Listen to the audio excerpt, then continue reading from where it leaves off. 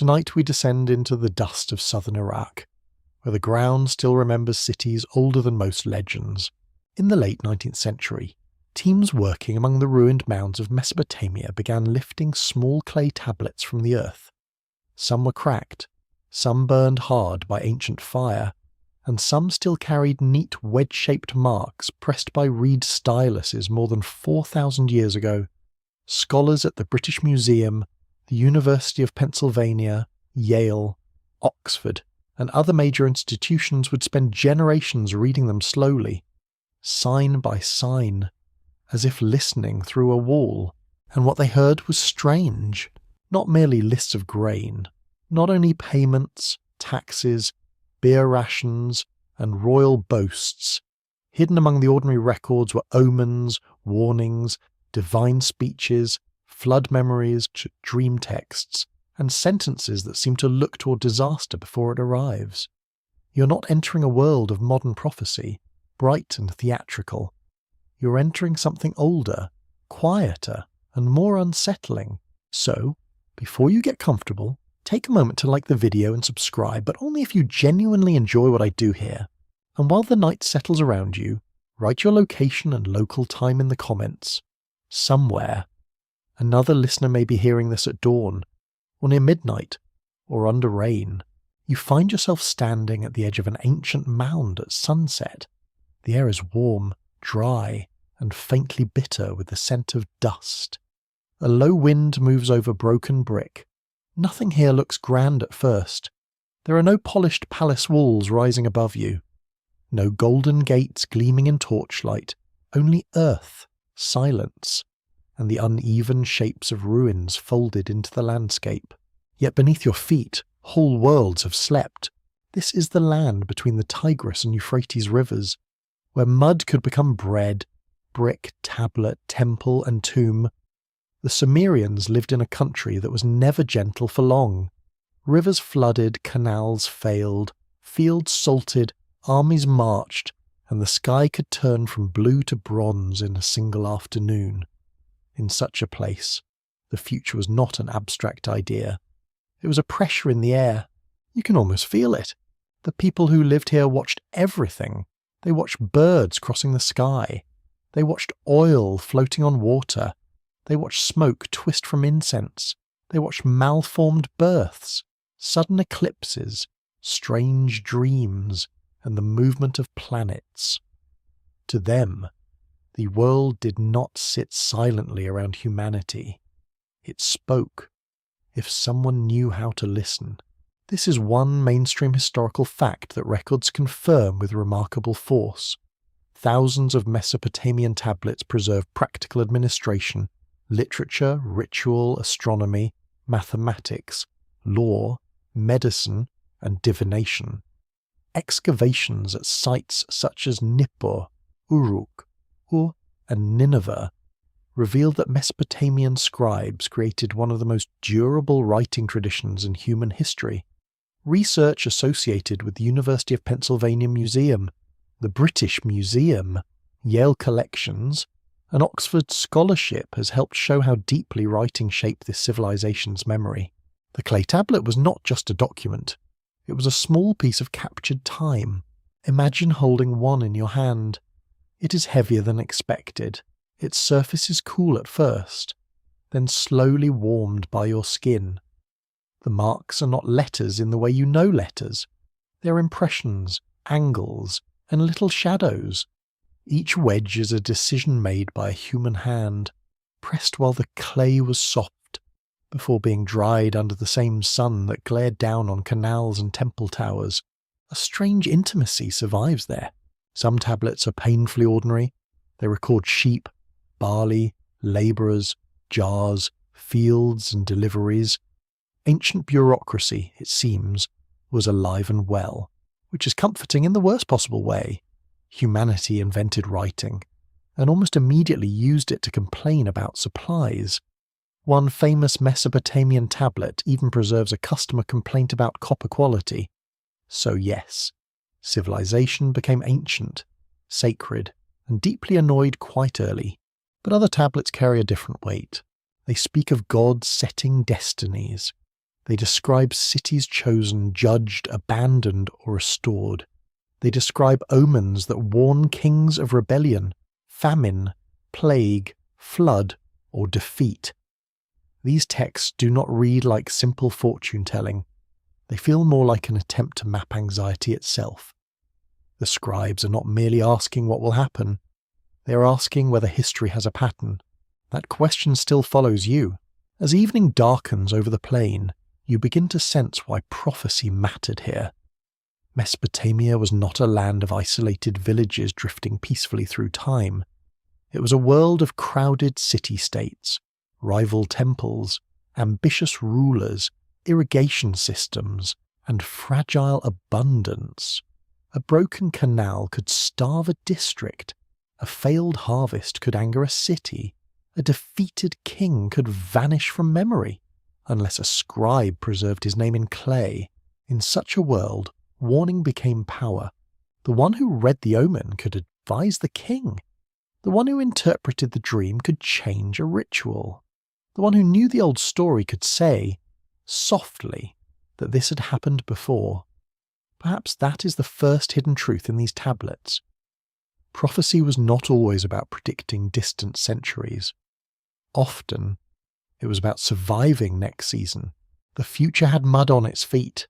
Scholars continue to debate how these ominous texts should be understood. Some historians see them as religious tools, created to help rulers manage fear and uncertainty. Others argue that omen collections preserve careful observation across centuries, mixing superstition with early attempts at pattern recognition. A few researchers suggest that later scribes reshaped older disasters into warnings, turning memory into prophecy after the wound had already formed. The debate remains open, and perhaps it should. You stand in the fading light while the first stars appear. The horizon is flat, wide, and almost too still. Somewhere in the distance, a reed bed stirs beside a canal. You hear insects. You imagine sandals scraping on packed earth, donkeys breathing in the dusk, a scribe bending over damp clay by lamplight. His room smells of smoke, river mud, and warm oil. He's not trying to entertain you. He is trying to preserve something. Maybe he copies an older tablet, one already cracked at the edge. Maybe he pauses at a damaged sign and chooses the most likely word. Maybe he writes of a storm that means danger, or a moon darkened at the wrong hour, or a king whose reign stands beneath an omen. His hand moves carefully because the marks must outlive him. And they do. That is the quiet miracle of Mesopotamia. Kings die, temples fall, languages sleep. But clay waits. Clay does not hurry. Clay lets empires pass above it like weather. For centuries, the tablets lay buried under collapse, sand, ash, and later settlements. Then one day, a worker's tool struck earth hardened into memory, and the old voices began to return. Not whole, never whole. The Sumerian texts come to you in fragments. A corner missing, a line broken, a god's name preserved, but the warning lost, a city mentioned, but not the reason for its fear. This brokenness gives them their power. They do not hand you a clear answer, they invite you closer, then withhold just enough to make the silence feel deliberate. You may ask whether these prophecies were believed as literal forecasts. Perhaps some were. You may ask whether they were political instruments. They certainly could be. You may wonder whether the Sumerians and their successors saw the past, present, and future as separate rooms, or as one long temple corridor with doors opening into each other. Perhaps they did not need your categories. For them, the divine world and the human world pressed closely together. A king's failure could disturb the gods. A ritual mistake could stain a city. A dream could arrive carrying truth.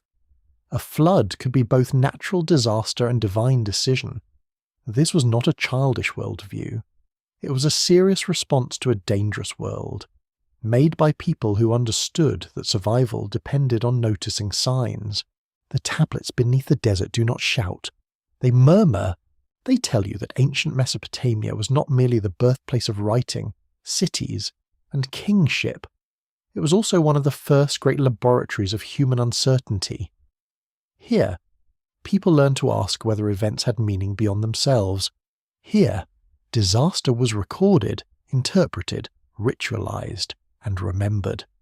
Here, prophecy took shape as a conversation between fear and order, and as night gathers over the old riverland, you begin to understand the true strangeness of the Sumerian texts. They do not simply reveal what ancient people believed about the future, they reveal how deeply they feared being alone inside time, so you remain beside the mound listening. The desert cools, the stars sharpen, the buried tablets wait in darkness, each one a small sealed chamber of thought. Somewhere inside them, a warning begins, breaks, and disappears into a missing line. And perhaps that missing line is where the mystery truly begins. Your mind drifts toward the older cities, where the rivers bend through a country made of silt, reeds, heat, and restless water. Here, the world does not feel young in the cheerful way modern books sometimes imagine beginnings. It feels ancient even at the beginning. The sun hangs low and pale through dust. The ground is damp in one place, cracked in another. Narrow canals carry brown water past fields of barley, while workers move slowly under baskets, tools, and the steady command of temple overseers. You are entering a landscape that teaches people humility. The Sumerian city is not just a gathering of houses, it is an argument against chaos. Every wall, canal, granary, and shrine insist that order can be made here, even if the rivers disagree. Mud bricks dry in the open air, goats bleat beside courtyards, children run past doorways, smoke rises from ovens. Somewhere, a scribe counts grain on a tablet still soft enough to receive the pressure of his reed. The city breathes. The great centres of southern Mesopotamia, including Uruk, Eridu, Lagash, and Nippur, grew from deep changes in farming, trade, temple organization, and political authority.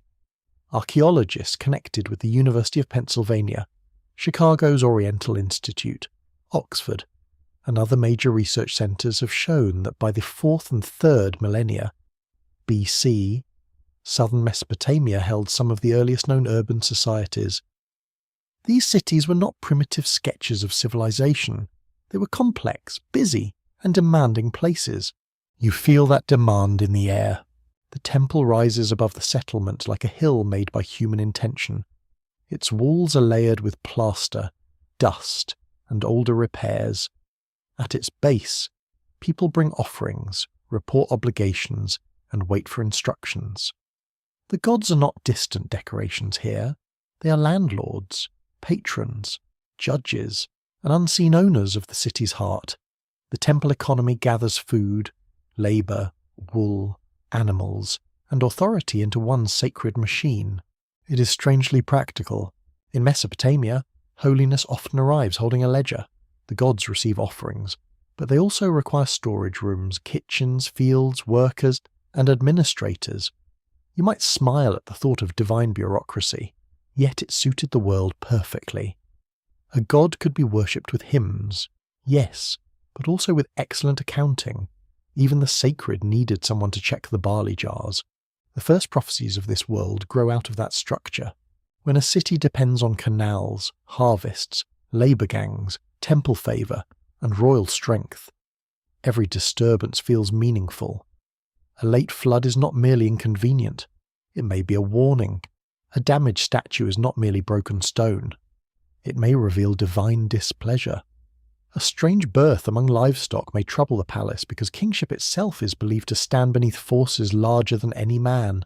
You walk through streets at dawn. The light is grey, blue, and soft. A dog noses through scraps near a wall. Fresh bread smells warm from a clay oven. The packed mud beneath your feet feels cool where night still clings to it. Then, from the temple court, a chant rises in measured tones. It does not sound dramatic. It sounds necessary. This is how order is maintained. Among the most haunting ideas preserved in Mesopotamian tradition is that kingship descends from heaven.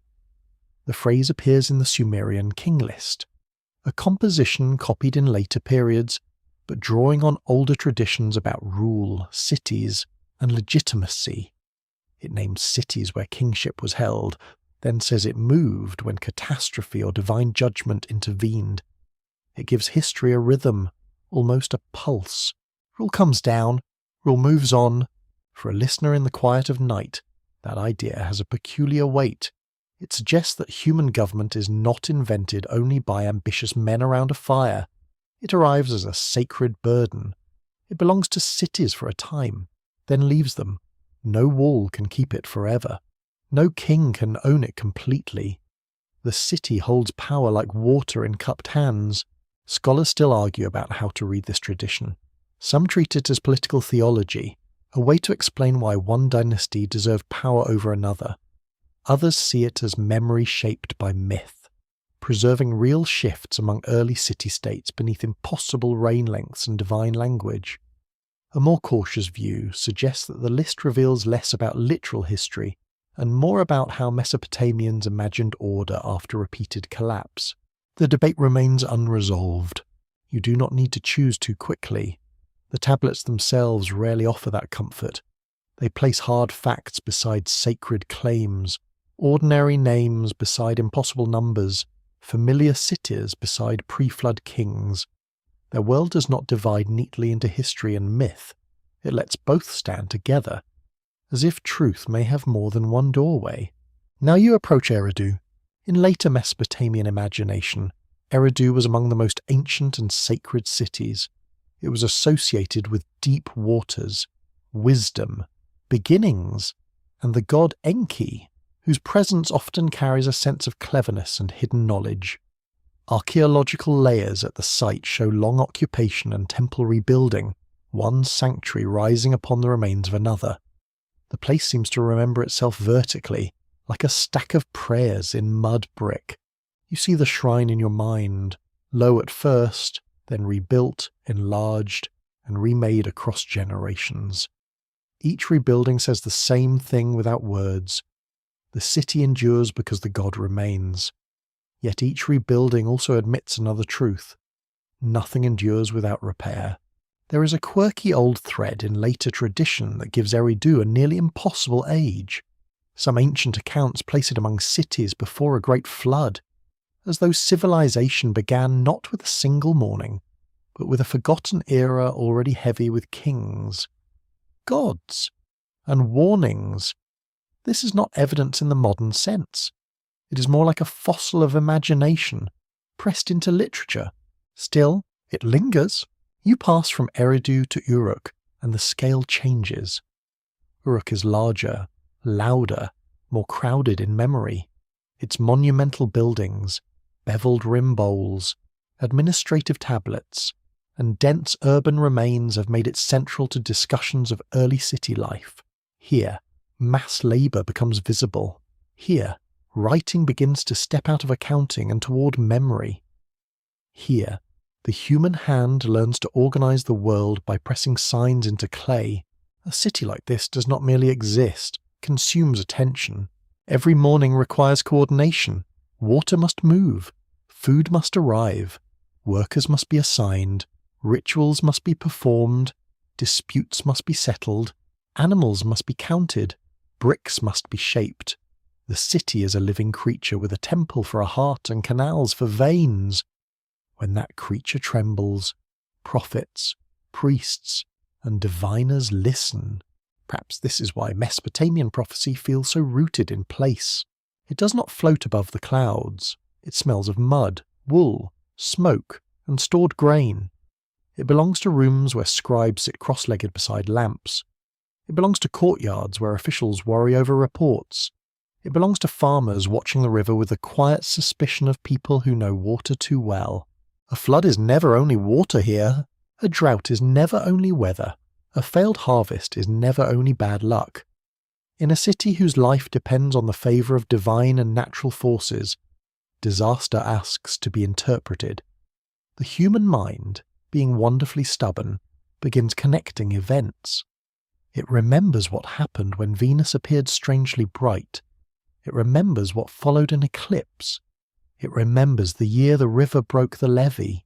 Then someone writes it down. This is where the oldest cities become more than ruins. They become memory engines. They collect experience, fear, ritual, and political need, then compress them into signs. Over time, the signs gather authority. A warning once tied to one event becomes a rule. A rule becomes a tradition. A tradition becomes a tablet copied by a student whose teacher insists the wedge is slightly crooked. Human history may depend on fussy teachers. As the day fades, you stand on a rooftop above a Sumerian city. The air cools slowly, date palms darken against the sky. The temple platform glows with the last sun, and the river beyond the fields gleams like beaten metal. People below finish their work, but the city itself does not sleep completely.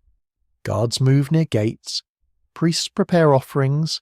Somewhere, a dreamer lies down, hoping the night will speak kindly. The cities before the flood are not peaceful myths. They are experiments under pressure.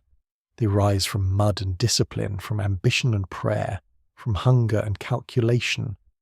They teach humanity how to live together at scale, and they teach humanity to fear what scale can lose. For when a village fails, grief is small and close. When a city fails, memory changes shape. The Sumerian tablets preserve that awareness with a calm that can feel colder than panic. Kingship comes down, cities hold it, cities lose it. The rivers continue, carrying silt, reeds, and the faint rumour of beginnings no one can fully recover. And in the hush between river and temple, you sense the ancient question forming. If civilization began under divine warning, then perhaps prophecy was never an addition to the city. Perhaps it was there from the first wall, the first canal, the first king, and the first anxious glance toward the sky. For a moment, it feels as though the city has become an ear. Every roof, courtyard, shrine, and canal bank seems turned toward the hidden speech of the world. The people around you do not expect the gods to explain themselves directly. That would be far too convenient, and the ancient world rarely spoils anyone with convenience. Instead, the divine speaks through disturbance, pattern, accident, and timing. A storm breaks at the wrong hour. A sheep is born with an unusual mark. Oil spreads across water in a peculiar shape. A dream arrives with a stranger's face. Someone must read it. You enter a small chamber near a temple court, where a diviner sits beside a low lamp. The room smells of warm clay, sheep fat, smoke, and dried reeds. Tablets rest in careful stacks against the wall. Some are training exercises, some are copies of older collections, some preserve sequences of signs and outcomes, each one shaped into the patient logic of omen literature. If this happens, then that may follow. The formula is simple, but the world beneath it is immense.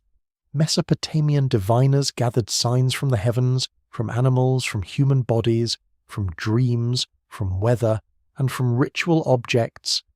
Their work did not belong to vague superstition alone. It formed a disciplined scribal tradition, taught, copied, corrected, and preserved across centuries. Research by scholars at Yale, Chicago, Oxford, and other major institutions has shown that omen series became vast intellectual archives, recording how ancient experts tried to organize uncertainty. You can almost hear the stylus pressing. The diviner is not guessing wildly. He is comparing. He studies an event against inherited patterns, then measures the danger. A strange sign might concern the king, another might concern a household, another might warn of crop failure, rebellion, illness, or the anger of a god. The ancient mind is not asking whether the universe is random. It assumes the universe is layered with intention. That assumption changes everything. A bird crossing from the right may not simply be a bird. A crack in a liver may not simply be a crack. A sudden eclipse may not simply be shadow and motion. It may be a message sent through the visible world, because the invisible world does not need to shout. It only needs to place a sign where trained eyes can find it. There is a quiet arrogance in that, perhaps. There is also a quiet tenderness. These people are afraid, and they are trying to listen. They live in a land where abundance depends on precise cooperation between water, soil, labour, and sky. Too much river, and the fields drown. Too little river, and the earth hardens. Too much royal ambition, and armies come. Too little royal strength, and rivals circle the gates.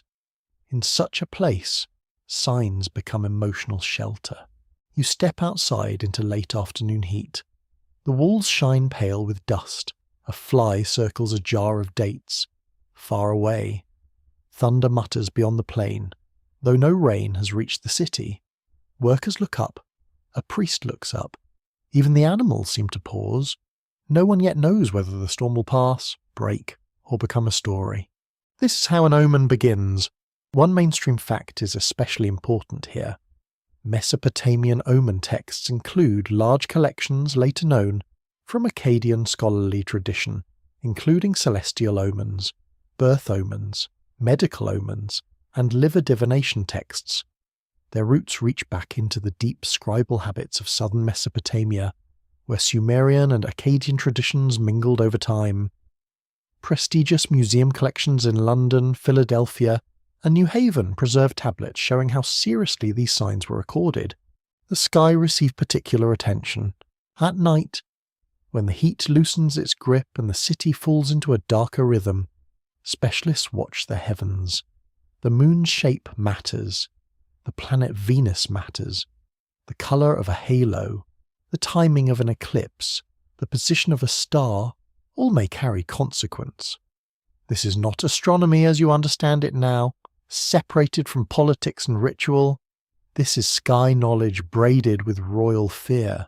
A king wants warning. He wants to know whether danger approaches from the west, whether an enemy ruler grows bold, whether the gods are displeased, whether disease moves silently through the land. The diviner provides not certainty, but a way to act. Rituals may be performed. Offerings may be increased. A substitute king ritual may be arranged in later Mesopotamian practice, allowing danger to pass symbolically onto another figure. Ancient politics did not lack imagination. It also did not lack paperwork. The quirky tidbit here is wonderfully human. Some omen texts treat bizarre, everyday incidents with impressive seriousness. If a lizard falls into a man's house, it may mean one thing. If a fungus appears in a particular place, it may mean another. If a dog behaves strangely near a doorway, heaven forbid, somebody may need to consult an expert. Ancient Mesopotamia appears to have invented both high civilization and the stressful art of over-interpreting home maintenance. Yet beneath the oddness lies a serious principle. Nothing is isolated, the cosmos is connected. Palace, field, womb, river, temple, dream, and sky all belong to one structure. A sign in one part of that structure may reveal pressure in another. This is not scientific causation in the modern sense.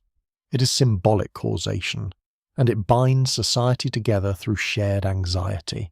Scholars continue to discuss how much observation lies behind these omen systems. Some argue that scribes collected genuine historical correlations, remembering that certain celestial events had preceded political crises. Others emphasize that many omens reflect symbolic logic rather than empirical study, where resemblance and ritual meaning mattered more than repeated evidence. Another careful position suggests that omen literature was both archive and art, preserving observations, traditions, and learned imagination in the same clay body. The uncertainty is part of the fascination. Inside the temple chamber, a young apprentice copies a tablet. His reed stylus slips.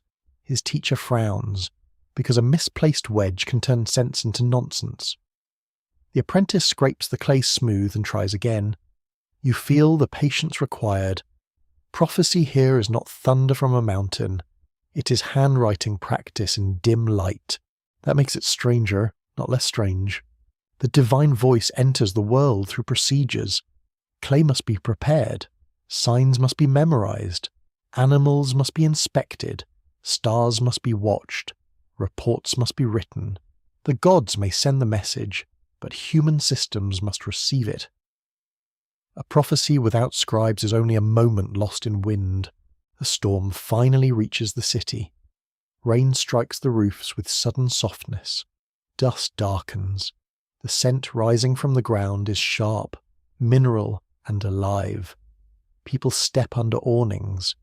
Water runs along the street edges. Somewhere, a child laughs because rain is rain.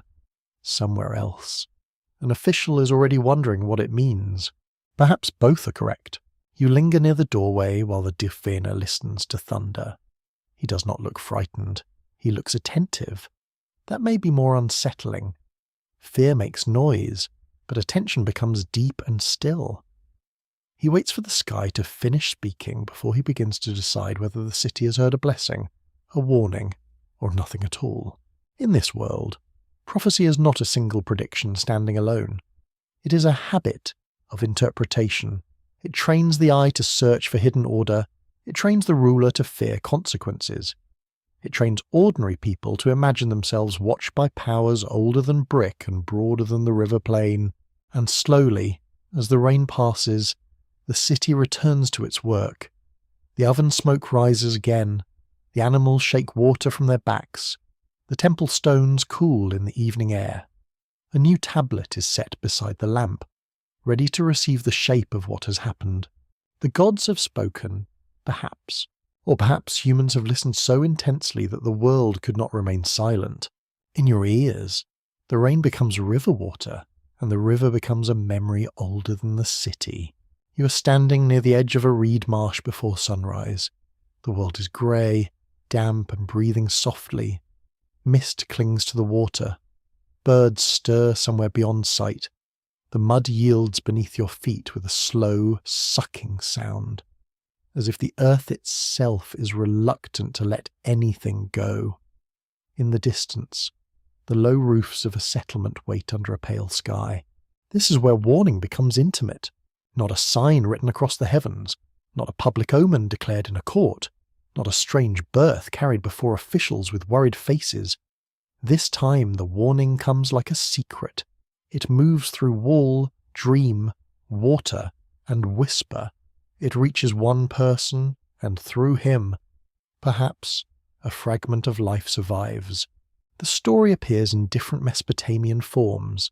In Sumerian tradition, the figure often called Zeus-Sudra is connected with a great flood and divine rescue.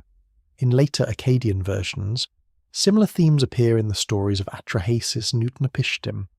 Scholars at Oxford, Yale, the University of Pennsylvania, and major museum collections have studied these flood traditions for many years, noting both their literary differences and their shared ancient concerns. The central idea is simple. The gods decide destruction will come, yet one divine being allows a warning to pass through. In some versions, the message is given indirectly, almost as though divine law must be obeyed and evaded at the same time.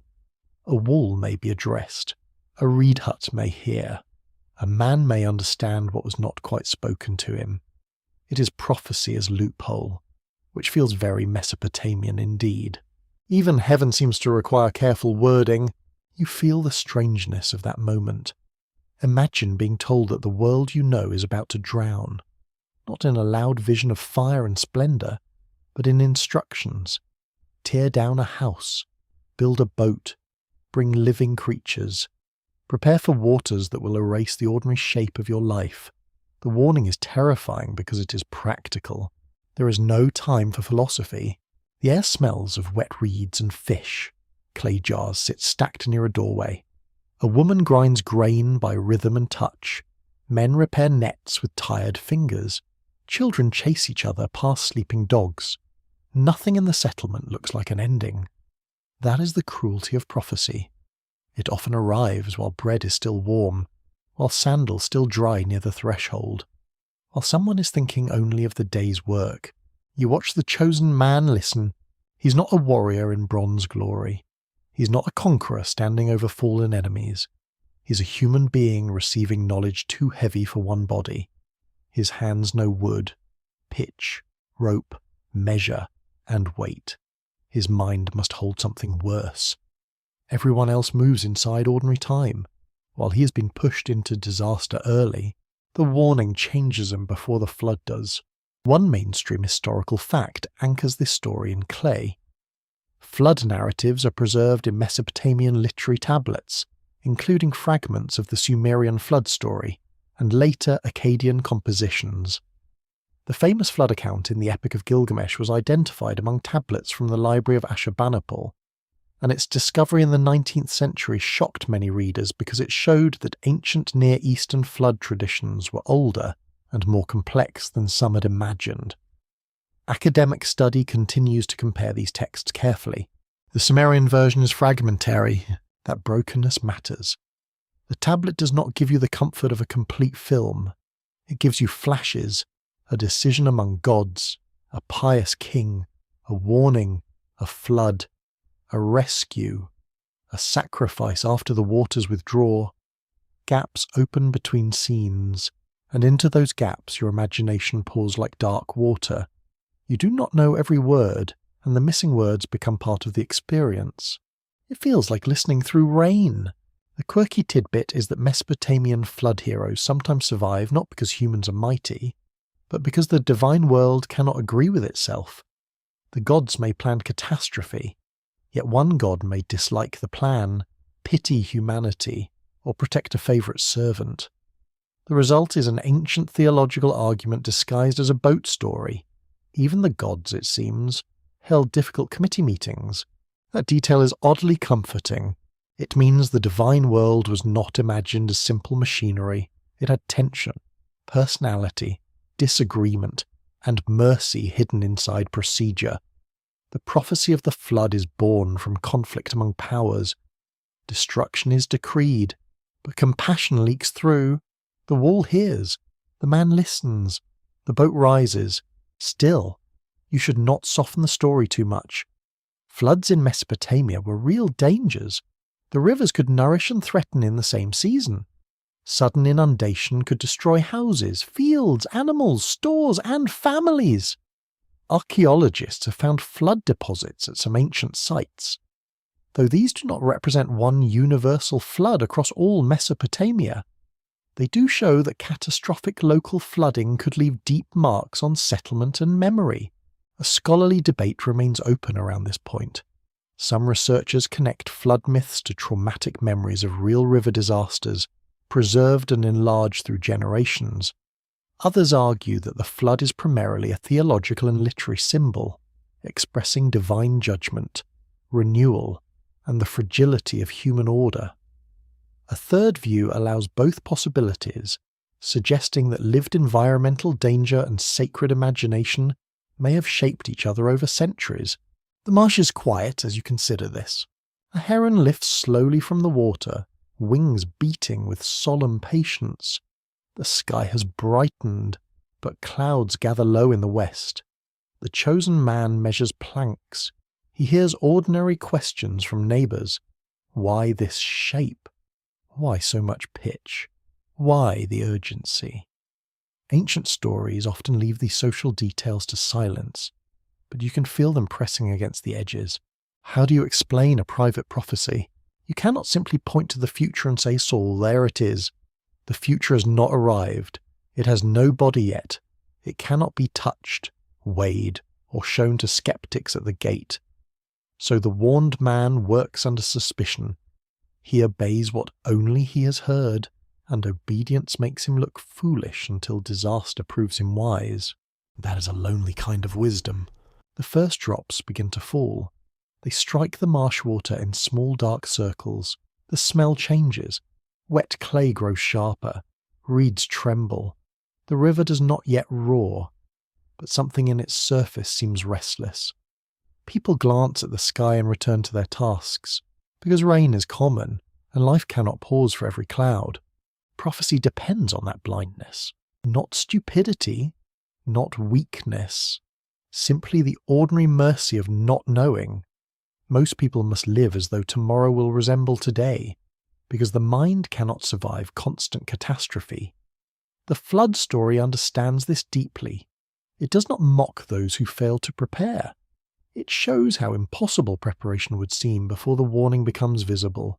Inside the half-built vessel, darkness smells of wood, pitch, rope, and animal breath. It is both shelter and coffin, both womb and sealed memory. The man touches the wall, perhaps the same kind of wall that once received the whispered message. The circle closes quietly. A warning came through a barrier, and survival now depends on building another barrier against water. Outside, the rain thickens. You do not need the whole tablet to feel the force of it. The story is not only about a flood, it is about knowledge arriving unevenly among humans. One hears, many do not. One prepares, many continue. One is spared. Yet he must carry the memory of those who vanished beneath the brown, rising water. And perhaps this is why the flood prophecy endured. It gave Mesopotamia a way to speak about destruction without pretending destruction made sense. It allowed disaster to be remembered as decision, warning, secrecy, survival, and sorrow. It transformed river terror into sacred narrative, and sacred narrative into a tablet small enough to fit in a hand. The rain becomes steady now. The settlement blurs behind a silver curtain.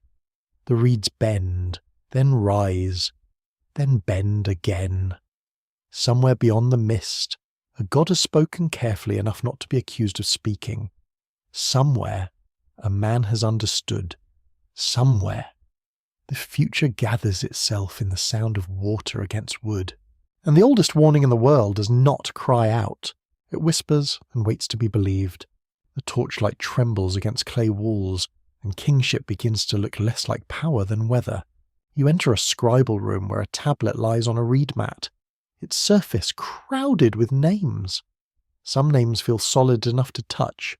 Others seem to drift in from a distance where history has not yet decided what it wants to be.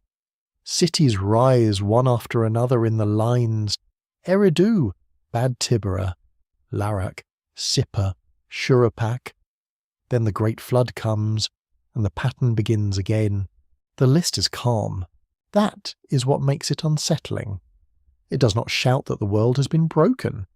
It simply records that kingship was lowered from heaven, placed in a city, transferred, removed, and placed somewhere else. A sentence like that carries enormous weight while sounding almost administrative. Mesopotamia could make even cosmic authority feel like an entry in a ledger. Naturally, someone probably checked the margins. You lean closer to the clay. The Sumerian king list is one of the strangest political documents to survive from ancient Mesopotamia. It presents a sequence of cities and rulers, combining names known from historical memory with earlier figures whose reigns stretch into impossible lengths. Major collections and university scholars, including those connected with Oxford, Yale, and the University of Pennsylvania, have examined its manuscripts as evidence for how ancient Mesopotamians imagined legitimacy, time, and divine order. The phrase matters deeply. Kingship descends from heaven, not a crown, not a palace, not a throne made by human agreement, but kingship itself, the office, the principle, the right to command. It comes down from above like rain, like judgment, like a burden wrapped in splendor. A man may sit on the throne, but the throne is not entirely his. That idea changes the room. You can smell lamp oil, clay dust, and the faint sourness of old reeds. The scribe's fingers are marked by work. He has copied these signs many times, yet perhaps they still hold him. Each city in the list becomes a vessel that holds rule for a while. Then the vessel cracks. Power moves. The divine gift is withdrawn or carried elsewhere, and human pride is left standing in the dust. No king keeps heaven forever. This is not merely royal propaganda, although propaganda certainly breathes inside it. The list attempts to create a single line of rule across competing city traditions. It smooths conflict into sequence. It takes a landscape of rival powers and makes them appear as stages in one divinely guided story. That is clever. It is also deeply revealing. The ancient scribes were not only recording power, they were arranging memory so power would make sense. You walk through a city gate at noon. The heat presses down on brickier skin and bronze. A guard watches carts pass under the arch. Donkeys snort beneath loads of reeds and wool. A merchant argues in a voice that suggests civilization has always included someone unhappy about delivery terms. Beyond the gate, the temple rises higher than the houses, its platform pale under the sun. Somewhere inside, offerings are being made for the city's god. The ruler's authority depends on that unseen relationship. He's not just a strong man with soldiers. He must be a caretaker of divine order, builder of temples, provider of justice, and protector of irrigation. If the canals fail, if famine comes, if enemies break the walls, people may ask whether the gods have turned away. Politics becomes theological weather, and every crisis darkens the sky. Records confirm that early Mesopotamian kings presented themselves as temple builders, military defenders, and chosen servants of major gods. Royal inscriptions from Sumerian city-states often emphasize construction, offerings, victory, and divine favour.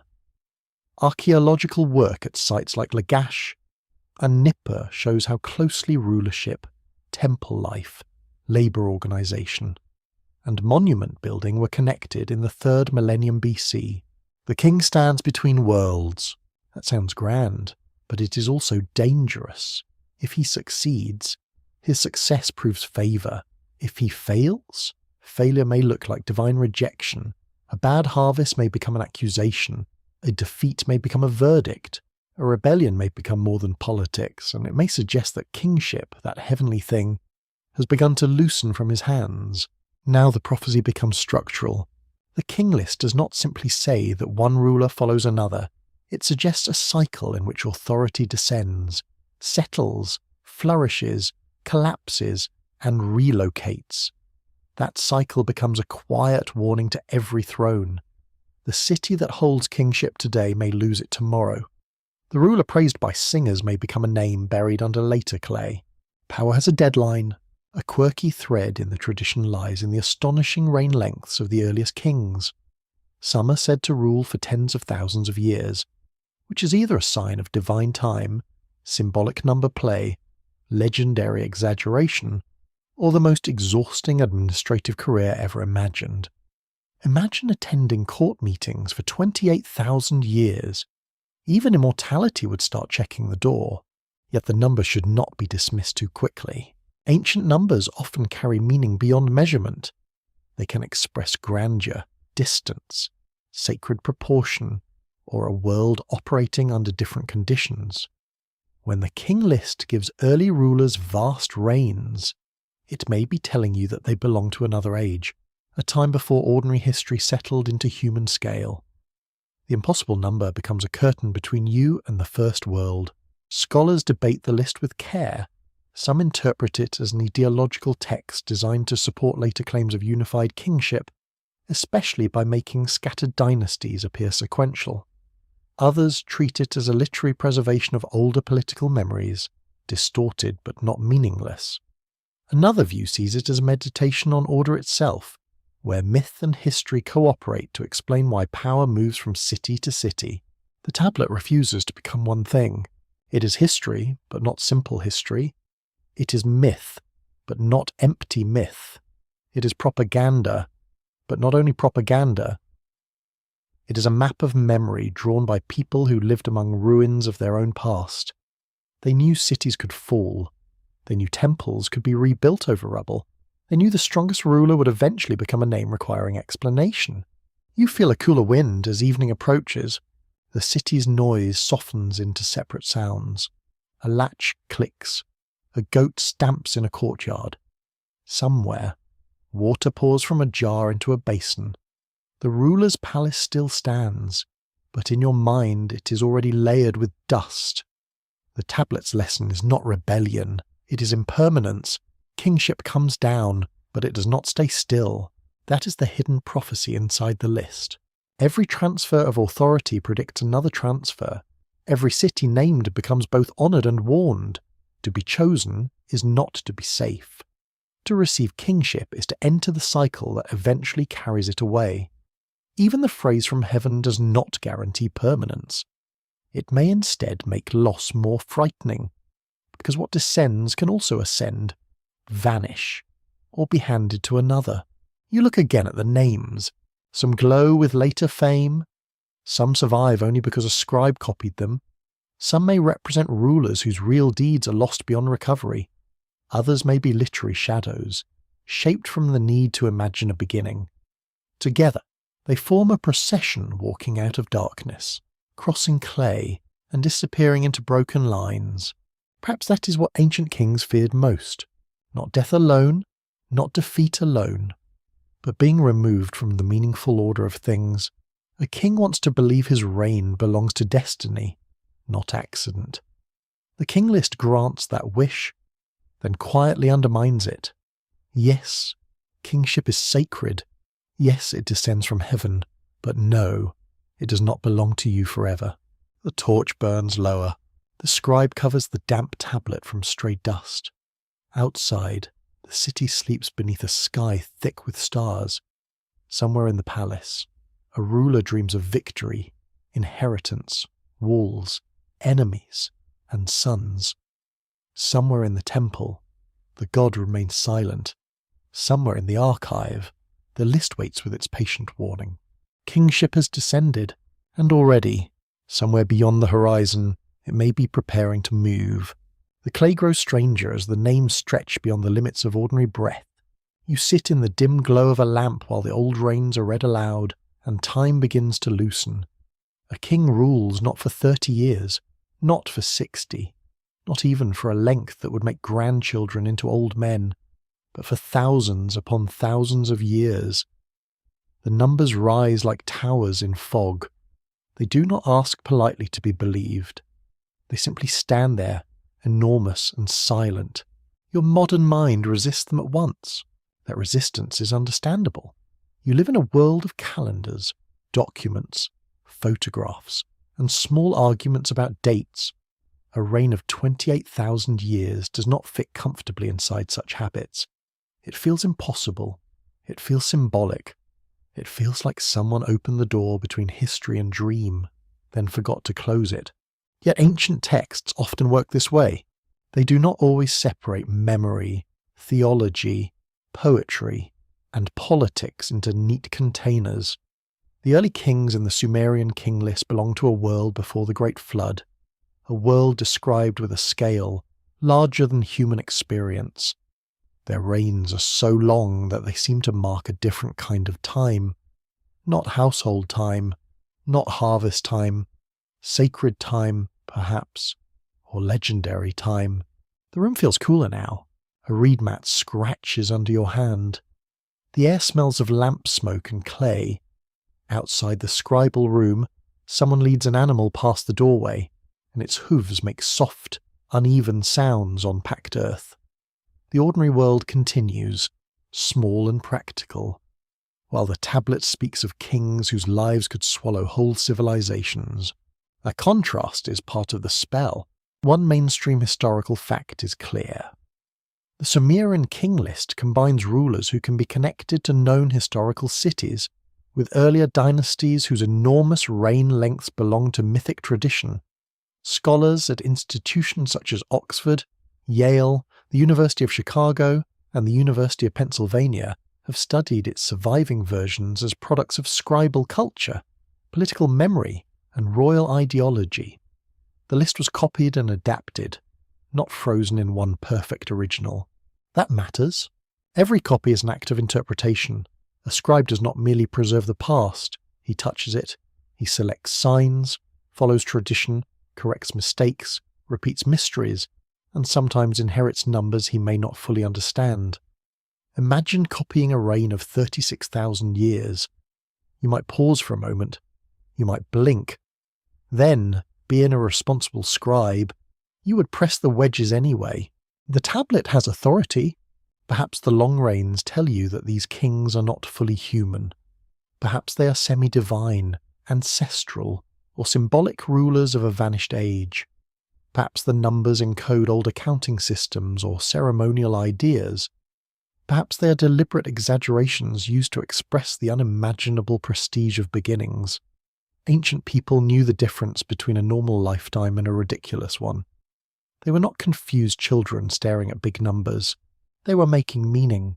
The fringe tidbit, whispered with the usual modern mischief, is that some enthusiasts have claimed these impossible kings point to visitors from the sky, lost technologies, or beings who lived before ordinary humanity. The tablets do not prove such ideas. Still, the exaggeration has tempted generations of readers because the text places vast reigns, pre-flood cities, and heavenly kingship in the same breath. It is easy to see why imagination wanders there, wearing dramatic sandals. A little wandering is harmless. The danger comes when wonder replaces evidence completely. The Sumerian scribes left you something more interesting than a simple secret code. They left you a world view. In that world view, the first ages are heavy with divine nearness. Time itself is thicker there. Kings do not yet stand fully inside the fragile scale of ordinary life. They belong to an era when heaven and earth appear less separated. That is stranger than any easy answer. You step into the open air of an ancient city and feel the pressure of ancestry around you. Walls have been rebuilt on older walls. Temples stand over earlier shrines. Graves lie beneath later streets. The living walk across layers of the dead without always knowing their names. In such a place, a long-lived king may serve as a bridge across buried time. He makes the past feel continuous. A dynasty that rules for centuries can seem eternal to those living within it. A city that preserves its god through many rebuildings can feel older than the world around it. A royal name copied across generations can gain weight until it no longer behaves like a simple name. Memory stretches. Numbers follow. Before long, the first kings become immense enough to match the awe surrounding them. You hear the list again. 5 cities before the flood, then destruction, then kingship returns. The shape is almost musical. It tells of power descending, settling, passing through rulers, being interrupted by catastrophe, then beginning again. The long reigns are not random decoration. They create distance. They say, in quiet mathematical thunder, that the earliest age is unreachable. That is a prophecy of loss. The text does not only preserve names, it tells you that beginnings are already beyond recovery. Even when written down, they arrive distorted by reverence. The first kings are too large to enter human history without breaking its furniture. Their reigns warn you that memory itself has limits, and beyond those limits, numbers become mist. Academic debate remains alive around these reigns. Some researchers view them as mythological devices, deliberately marking pre-flood rulers as belonging to sacred or legendary time. Others investigate whether the numbers reflect older numerical traditions, scribal conventions, or symbolic systems that later readers no longer fully understood. A further argument suggests that absurdly long reigns helped later rulers claim continuity with an authoritative deep past. No single explanation closes the door. You should be suspicious of closed doors in ancient history. They often hide the most interesting drafts. The surviving evidence is partial, copied in different versions, damaged by time, and shaped by scribal purposes. It allows careful interpretation, but it does not allow total possession. The long-lived kings remain partly inside scholarship and partly inside twilight. Twilight suits them. The sun lowers over the plain, and the city turns bronze. Dust floats above the street like breath made visible. A woman pours water into a jar. A boy carries reeds taller than himself. A priest crosses a courtyard with measured steps. Every living person here will age, weaken, and vanish. Yet the tablet speaks of rulers who outlast landscapes. That mismatch feels almost painful. It may tell you something about human longing. People want the world to have begun with greatness. They want the first age to be larger, purer, more powerful, or more terrible than their own. They want ruins to be evidence that giants once stood there. even when the giants are made of memory. The Sumerian king list gives that longing a formal shape. It says the first rulers were vast, then it says their world ended anyway. That is the darker wisdom. Enormous rains do not prevent flood. Divine kingship does not prevent removal. Sacred origins do not protect a city from mud, water, violence, salt, neglect, and time. The long-lived kings are not only symbols of greatness, they are symbols of impermanence on an almost cosmic scale. Even thousands of years can come to a line break. The lamp is nearly spent, the scribe stops reading, and silence gathers around the tablet. The impossible numbers remain in your mind, not as statistics, but as doorways. They open onto a pre-flood horizon where rule feels immense, where memory is swollen with reverence, and where history has not yet narrowed into the lifespans you recognize. You do not have to believe the kings lived that long. You only have to understand why someone wrote that they did. In the old Mesopotamian imagination, the earliest rulers needed to be more than men. They had to carry the weight of beginnings, the authority of heaven, the distance of lost cities, and the grief of a world interrupted. Their long lives become a way of saying that the past is too deep for ordinary measures, and as the lamp finally dims, those reigns continue in darkness. Not as proof, not as fantasy, as a warning that human memory, when it reaches far enough back, begins to speak in numbers too large for waking minds. Above Uruk, the night opens like a dark river without banks. You stand on a flat roof while the heat of the day slowly leaves the baked bricks beneath your feet. The air tastes of dust, dates, and cooling smoke. Somewhere below, a donkey shifts against its rope. A door latch clicks. A woman's bracelet sounds softly as she lifts a jar. Then one by one, the lamps of the city seem to answer the stars. The sky is not empty here. It feels crowded with intention. The moon hangs low over the plain, pale and watchful. Venus burns near the horizon with a cold brightness that seems almost too sharp for a natural thing. The constellations do not look like decorations. They look like arrangements, signs, stations, pathways written in light for those trained enough, patient enough, and anxious enough to read them. Ancient Mesopotamia becomes quiet under this sky, not silent. Exactly. Silence is too clean a word. You still hear insects near the reed beds, soft footsteps on rooftops, the distant bark of a dog, the whisper of water along a canal. But the human noise grows smaller. The city seems to lower its voice, as if even Uruk understands that the heavens are being observed. A watcher sits nearby with a tablet on his lap. He is not a dreamer staring upward for beauty alone. He has duties. He notices the moon's first appearance.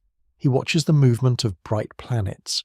He records unusual darkness, halos, colours, winds, and timing. The heavens, to him, form a kind of royal archive. Every light has a habit. Every change may matter. If the pattern breaks, the king must know. This is sky knowledge as statecraft. Records confirm that Mesopotamian scholars developed one of the most influential traditions of celestial observation in the ancient world. Later, Babylonian astronomical diaries and omen series preserve systematic watching of the sky. Built upon older Mesopotamian habits of connecting heavenly phenomena with earthly events. Research associated with institutions such as Oxford, Yale, Brown, and the University of Chicago has helped show how astronomy, astrology, kingship, and divination were closely joined in this intellectual world. The modern distinction would have puzzled them. You might separate astronomy from astrology, measurement from meaning, science from omen. They often did not.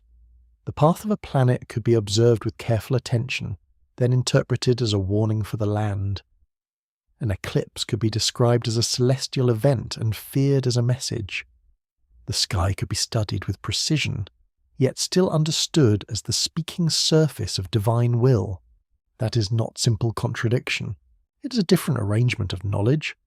The ancient observer does not think careful measurement weakens sacred meaning.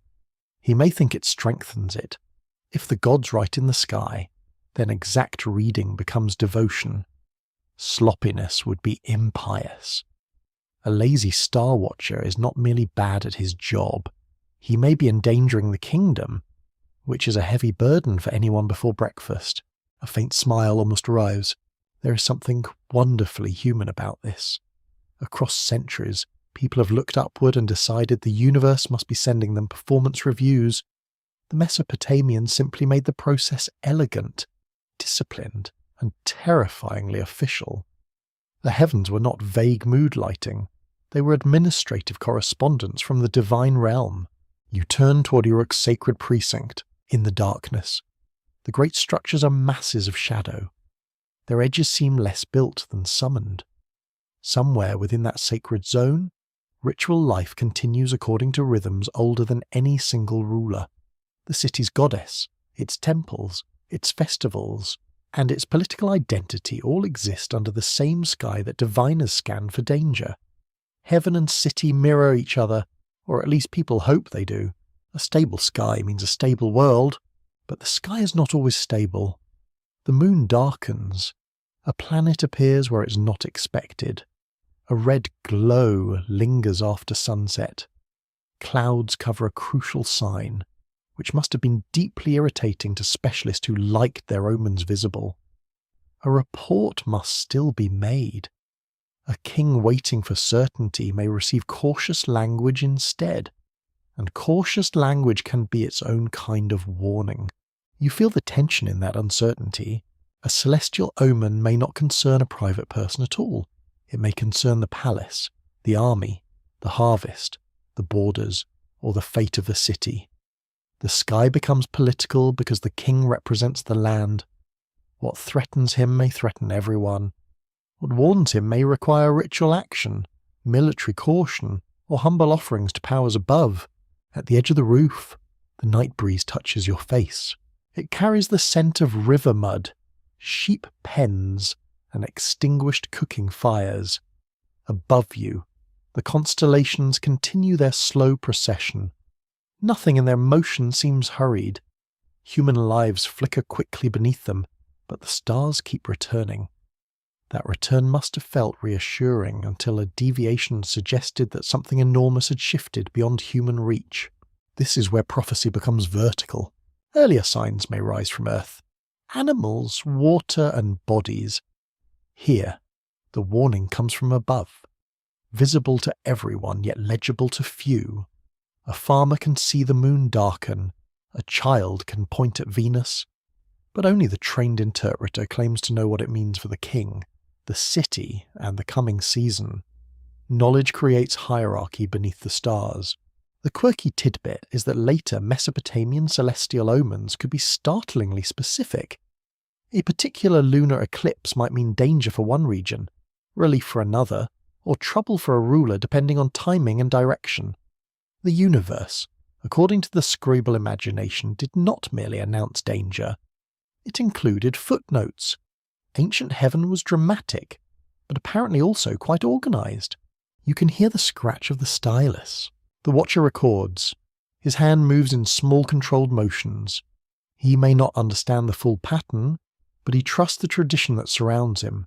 Past observations, copied texts, royal archives, and teacherly corrections all stand behind each note. A single line on clay is never truly alone. It belongs to a chain of watchers whose eyes have crossed many lifetimes. The scholarly debate here is delicate. Some historians argue that omen astrology developed primarily from symbolic and religious interpretation, where heavenly events were signs because tradition made them signs. Others emphasize the observational discipline that eventually contributed to mathematical astronomy in Babylonia. A third view suggests that prediction and meaning grew together, with practical sky watching and royal divination shaping one another over centuries. The debate remains open beneath the same stars. You do not need to force the ancient sky into modern categories. It does not fit neatly, and perhaps that is the point. The Mesopotamian heavens are not only physical space, they are authority, they are memory, they are a written surface made of light. The planets are moving signs, The moon is a royal messenger, and the stars form a pattern too old for any city to command. Yet cities try. Uruk, in your mind, glows under moonlight. Its walls hold houses, workshops, shrines, storage rooms, courtyards, and sleeping bodies. People dream below the sky that priests interpret. Some dream of food, some dream of debts, some dream of lost relatives. The king may dream of enemies. The watcher, poor soul, may dream of clouds covering everything important. Still, the heavens continue. A bright planet slips lower.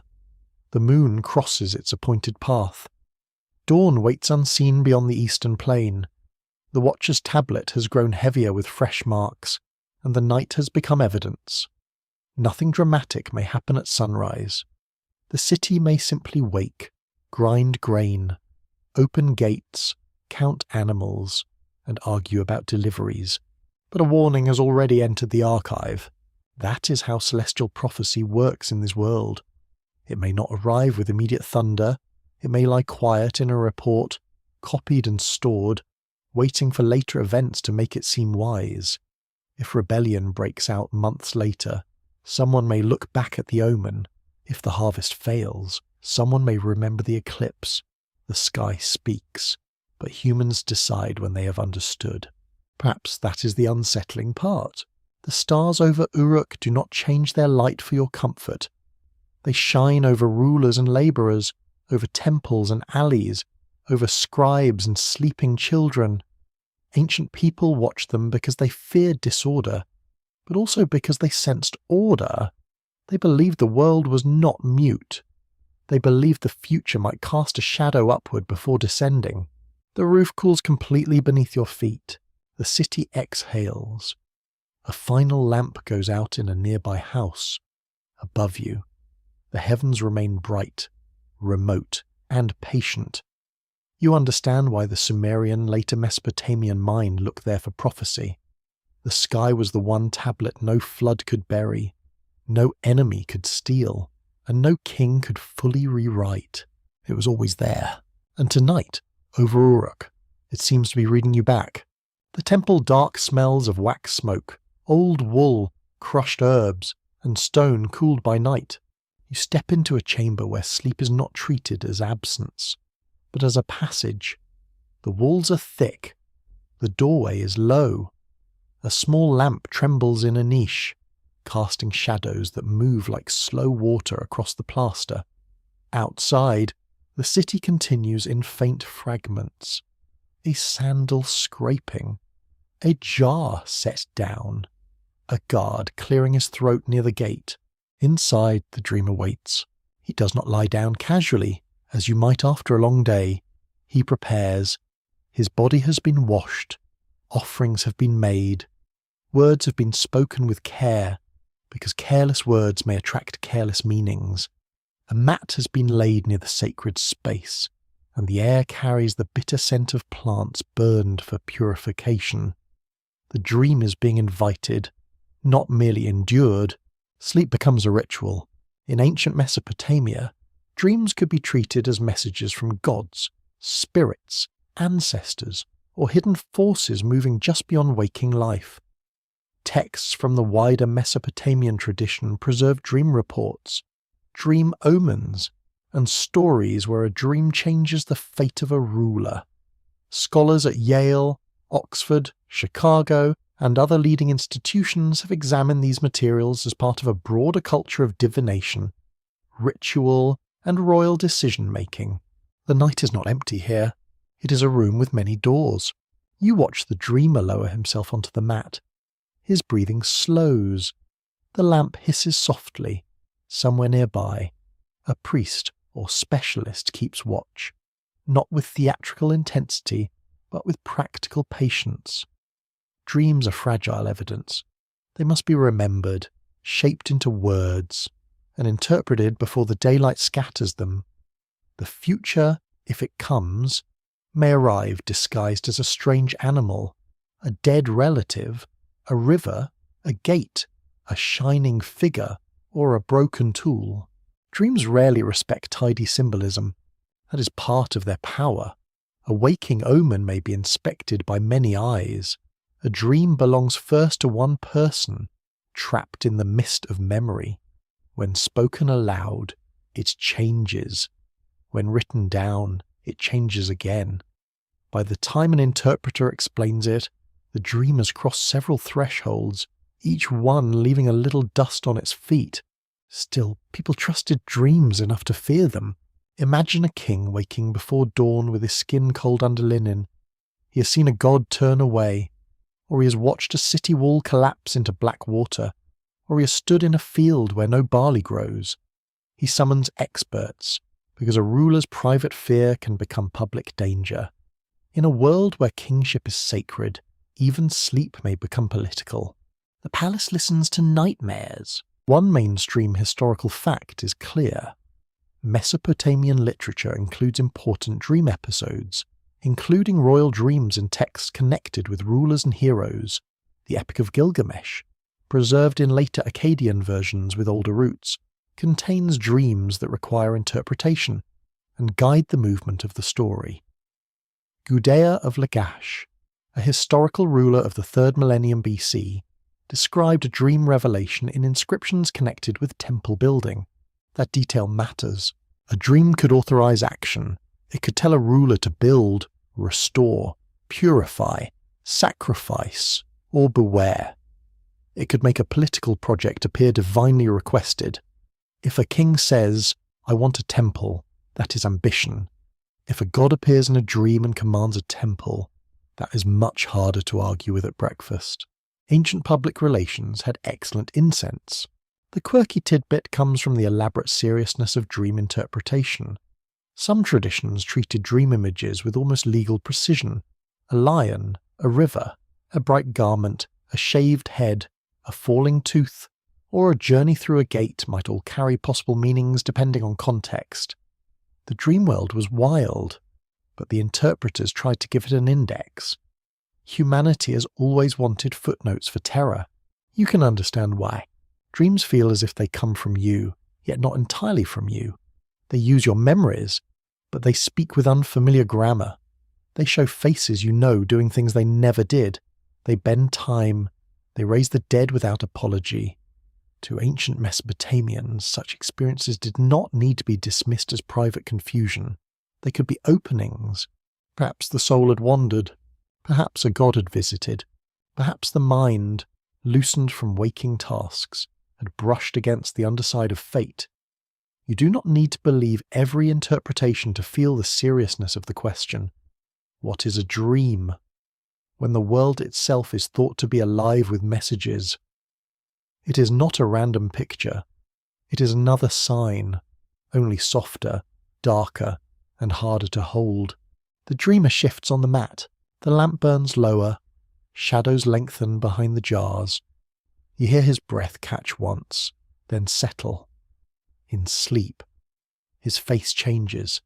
It becomes younger, then older, then strangely blank. He may be walking inside a city that no longer exists. He may be hearing water strike a door. He may be meeting someone who tells him not to cross a field until the moon has changed. Morning will decide what survives. A scholarly debate surrounds these dream texts with quiet intensity. Some researchers understand them mainly as literary devices, used to move stories forward and give divine approval to royal acts. Others argue that they reflect real ritual practices in which people sought healing, guidance, or confirmation through temple sleep. Another careful view suggests that literature and practice fed one another, with written dreams shaping expectation and lived dreams shaping texts. No answer closes the chamber.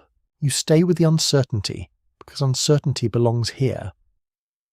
The temple dream is not a modern laboratory. It is not simple fantasy either. It is a social event disguised as private sleep. A person dreams. A specialist hears. A tablet may record. A ruler may act. A city may build. The hidden night becomes visible in brick. That transformation is extraordinary. A dream can become architecture. You walk, in imagination, through a sanctuary raised because a ruler believed he had received divine instruction. The bricks are sun-dried and stamped. Workers carry baskets. Priests supervise offerings. The smell of fresh mud mixes with sweat, grain, and oil. The building rises slowly, layer by layer, and somewhere beneath the labour sits a remembered image from sleep. How strange that civilization can be built from a dream. How ordinary, too. People still build from dreams, though they may call them plans, visions, strategies, or inconvenient midlife decisions. The ancient world simply admitted the dream's sacred danger more openly. It knew that what visits the mind at night can alter the day, for better or worse. In the temple chamber, dawn begins as a pale seam near the doorway. The dreamer opens his eyes. For a few breaths, he belongs to neither world.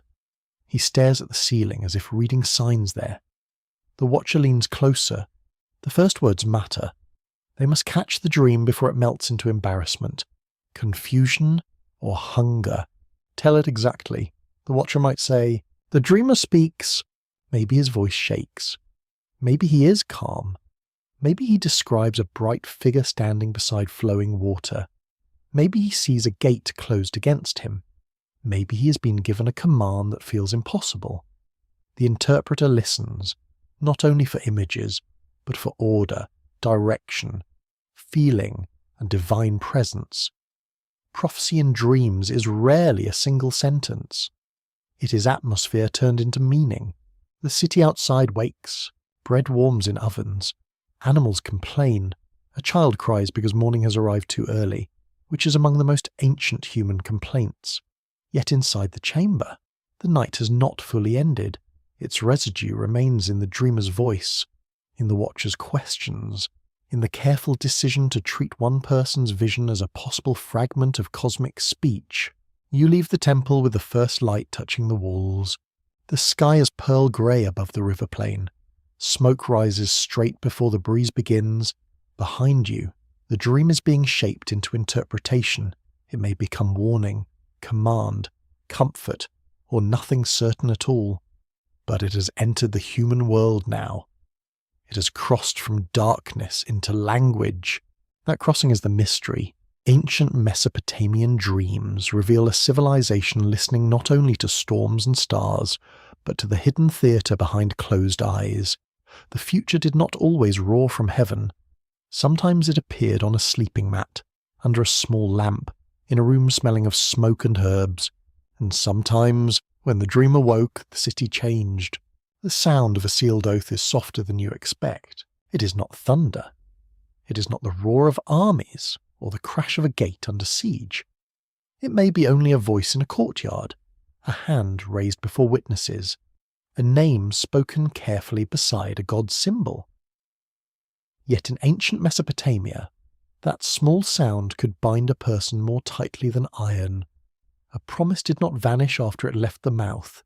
It travelled into the unseen world and waited there. You feel the weight of it. The courtyard is warm with afternoon light. Dust glows in the air like powdered gold. Men stand before a tablet, a witness, and the presence of divine authority. A scribe prepares to record the agreement. A jar of oil sits nearby.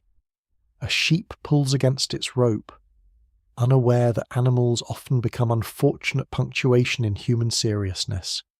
The gods are invoked. Names are spoken. The terms are fixed. Then comes the curse. It is not always shouted. It may be recited in a steady voice, formal and almost weary. If the oath is broken, may famine come. May illness enter the house. May the field fail. May the river refuse its kindness. May the offender lose heirs, honour, strength, and rest. The words fall one by one, each placed like a stone in a foundation nobody wants to need. Ancient law had teeth. One mainstream historical fact stands firm in the surviving evidence. Mesopotamian legal and diplomatic texts frequently used oaths, divine witnesses, and curses to enforce agreements. Tablets from Sumerian and later Akkadian contexts show that contracts, treaties, land transfers, loans, adoptions, and political settlements could be protected by sworn promises. Scholars at Yale, Chicago, Oxford, and major museum collections have studied these documents as windows into law, religion, and social order. The oath joins paperwork to terror. That combination may feel odd, but it is perfectly ancient. A contract written on clay is useful. A contract watched by gods is stronger. A contract threatened by divine punishment is stronger still. Human courts can fail. Witnesses can die. Officials can be bribed, because apparently civilization became complicated quite early. But a god, in theory, does not misplace the file. That was the hope, at least. You walk through a street where agreements hold the city together invisibly. A farmer owes grain. A merchant promises silver. A family arranges inheritance. A worker receives rations. A ruler swears loyalty, then worries about rivals who have sworn the same thing with suspiciously smooth voices. Every society depends on trust, and every society knows trust can break. Mesopotamia gave broken trust a cosmic consequence. A curse is prophecy sharpened into punishment. It speaks the future conditionally. If you betray, then ruin may follow. If you cross the boundary stone, the gods may notice. If you break the treaty, your city may become a warning. This is not prophecy as distant vision. It is prophecy built into law, waiting for human failure to activate it. The clay tablet becomes a trapdoor. You can almost see the scene inside a temple archive. Tablets lie stacked on shelves, each holding obligations and names. Some belong to ordinary households. Some concern royal power. Some are so worn that their edges have softened. A scribe knows that each tablet is more than memory. It is a sleeping witness. If dispute comes, it may be brought out and read aloud, allowing the past to accuse the present. That's a powerful thing. The quirky tidbit lies in the dramatic creativity of curse language. Ancient curse formulas could become remarkably specific, calling upon gods to attack the oathbreaker's body, household, fertility, animals, fields, and reputation. Some boundary curses imagine terrifying consequences for anyone who moved a stone or stole land. Apparently, if you were going to cheat your neighbour, you had to be ready for the universe to take it personally. The sarcasm fades quickly, because beneath the strange images sits a serious social fear. Land was survival. Water was survival. Inheritance preserved a family. A treaty might prevent war. A loan could save or ruin a household. When agreements failed, people did not merely suffer inconvenience. They could lose food, status, children's futures, and protection. The curse gave language to the dread surrounding violation. It made betrayal visible before it happened. You pause beside a boundary stone, heavy and dark under the sun.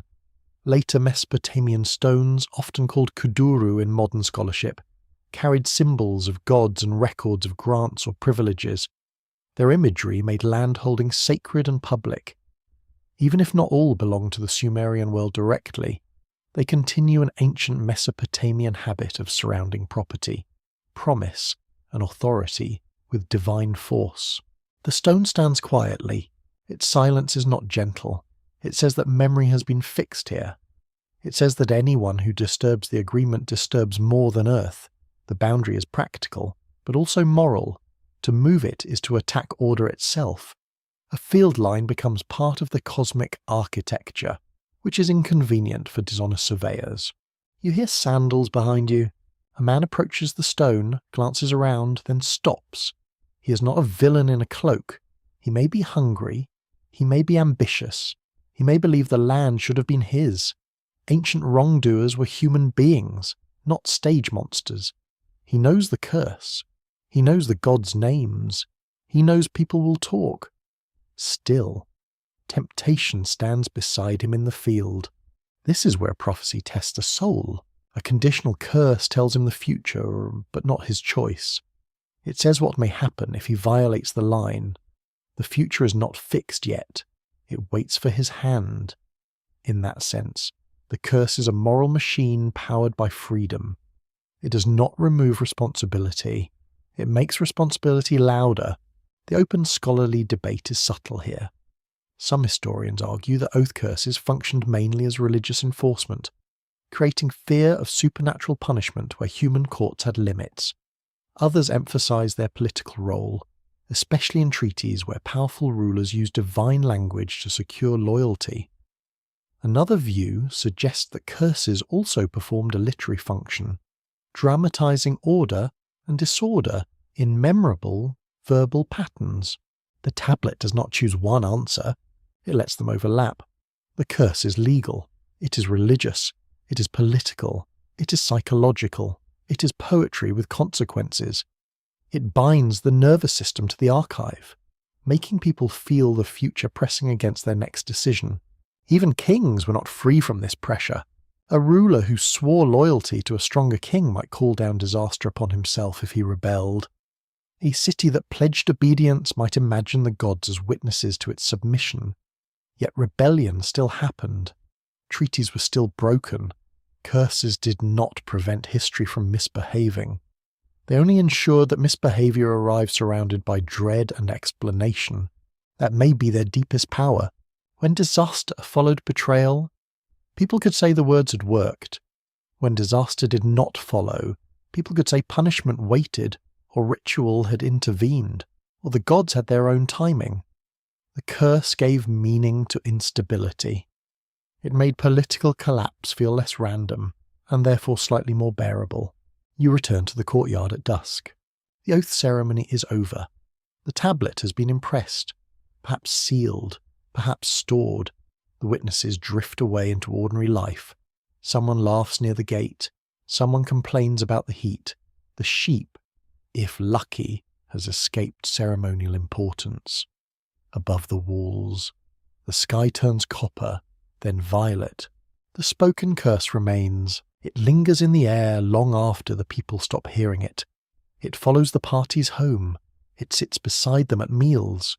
It waits when they measure grain, divide land, whisper plans, and consider betrayal. That is the strange intimacy of ancient law. It enters the private imagination, and so prophecy moves from stars and dreams into daily conduct. It no longer belongs only to priests watching the sky or dreamers waking in temple darkness. It belongs to every person who makes a promise under divine names. The future becomes conditional, ethical, and near. A man can summon ruin with his own dishonesty. A city can invite disaster by breaking faith. The curse is a prophecy with a human handle. Night settles over the courtyard. The tablet cools in storage. The gods, carved, named, and imagined, remain as witnesses beyond sleep. Somewhere, a person keeps an oath because fear holds him steady. Somewhere else, another begins to break one and hopes the universe is busy. In Mesopotamia, their hope was never safe. At the edge of order, the air begins to change. You feel it first as a pressure in the skin, then as a quiet unease behind the eyes. The city walls stand behind you, warm from the day and marked by repairs. Beyond them, the fields thin into rough ground, reeds, salt flats, and open silence. The canals still shine in the distance, but their lines no longer command the land completely. Here, civilization loosens its grip. This is where monsters belong. Not always in the childish sense, not only creatures with claws, wings, scales, or impossible faces. In Mesopotamian thought, strange beings often mark the boundary between protection and danger. They appear on seals, plaques, temple objects, stories, and ritual texts. Some guard doorways, some haunt wilderness, some serve gods. Some rise from chaos when divine order trembles. You walk toward a threshold. The doorway is flanked by protective figures. Their bodies are not simple bodies. Human intelligence may join animal strength. Bird talons may meet a lion's power. Horns may crown a face that is neither fully beast nor fully person. The image is unsettling, but not merely frightening. It has a job. It tells harmful forces that this entrance is watched. Ancient security had excellent cheekbones. One mainstream historical fact is well established. Mesopotamian art and ritual used hybrid protective beings, including lion demons, bird-headed figures, bullmen, and other composite forms, to guard palaces, temples, and vulnerable spaces. Scholars at the British Museum, the University of Chicago, Yale, and Oxford have studied these figures through archaeology, cylinder seals, reliefs, ritual texts, and museum collections. Their repeated appearance shows a serious belief in unseen danger and ritual defense. The monster is not always the enemy. That may surprise you. Modern imagination often places monsters outside the house and heroes inside it. Mesopotamia is more complicated. A terrifying figure can protect a sleeping child. A creature with claws can guard a royal doorway. A frightening mass can frighten worse things away. Fear is turned against fear, like fire used carefully against darkness. You stand inside a house at night. The room smells of reed mats, stored grain, and the faint smoke of a dying lamp. A mother ties a small protective object near a child's bed. A ritual specialist has spoken words meant to block illness, demons, nightmares, or wandering forces. The walls are thin. The night outside feels too large. The family sleeps because something has been placed between them and the unseen. This is prophecy through boundary. A monster warns that order is fragile. It says the world is full of crossings, and not all crossings are safe. Doorways, beds, childbirth rooms, deserts, marshes, gates, rivers, and palace entrances all require attention. The future may enter through a weak point. Disaster may slip inside as sickness, madness, invasion, drought, or royal collapse, so the threshold is guarded.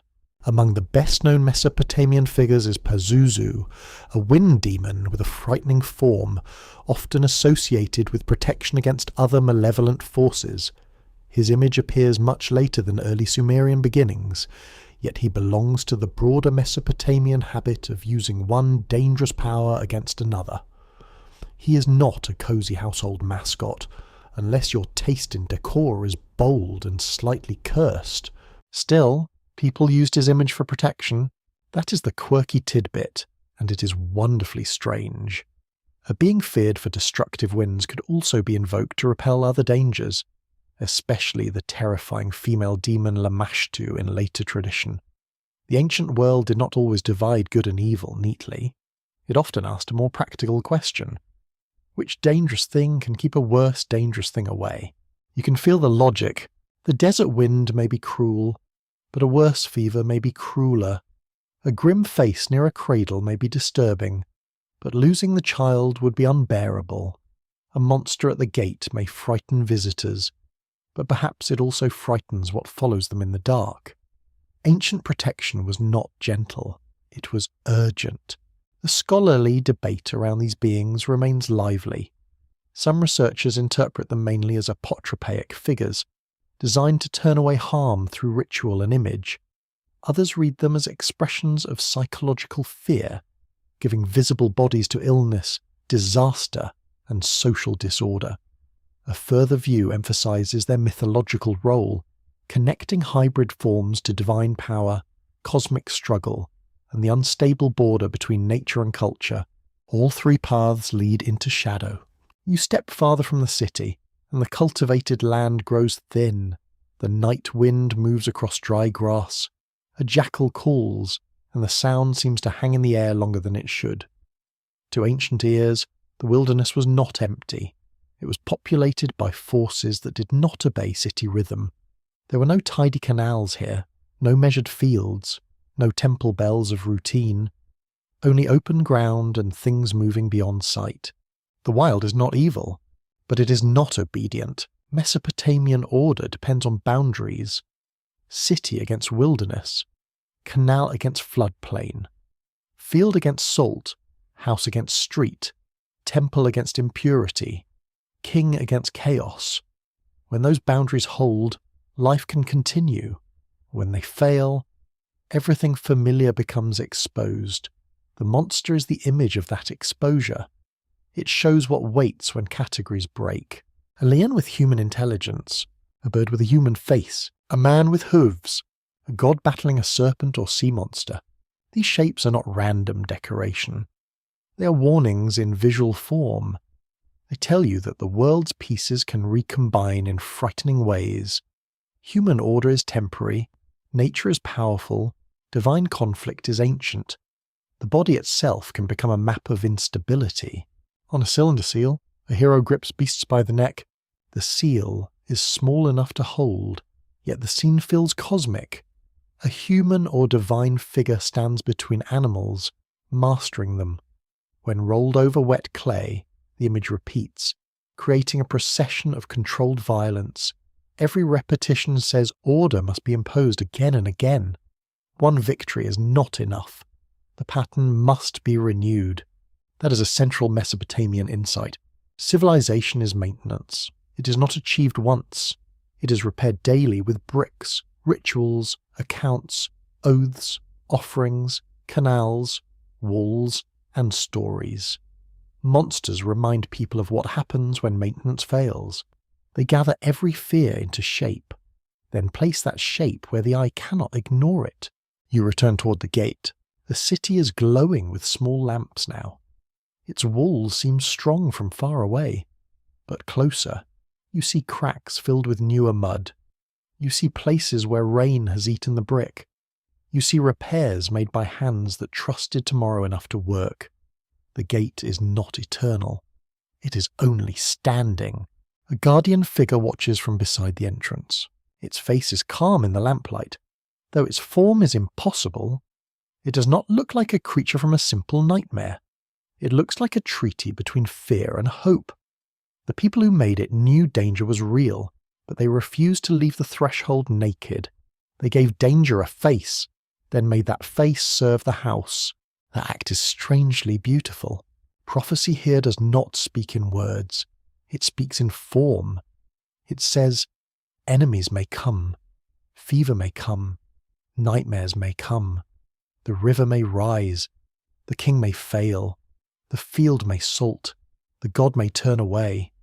The world is not tame simply because humans have built walls. But the figure also says, we are watching. We are not helpless. This is the gentle paradox of Mesopotamian monsters.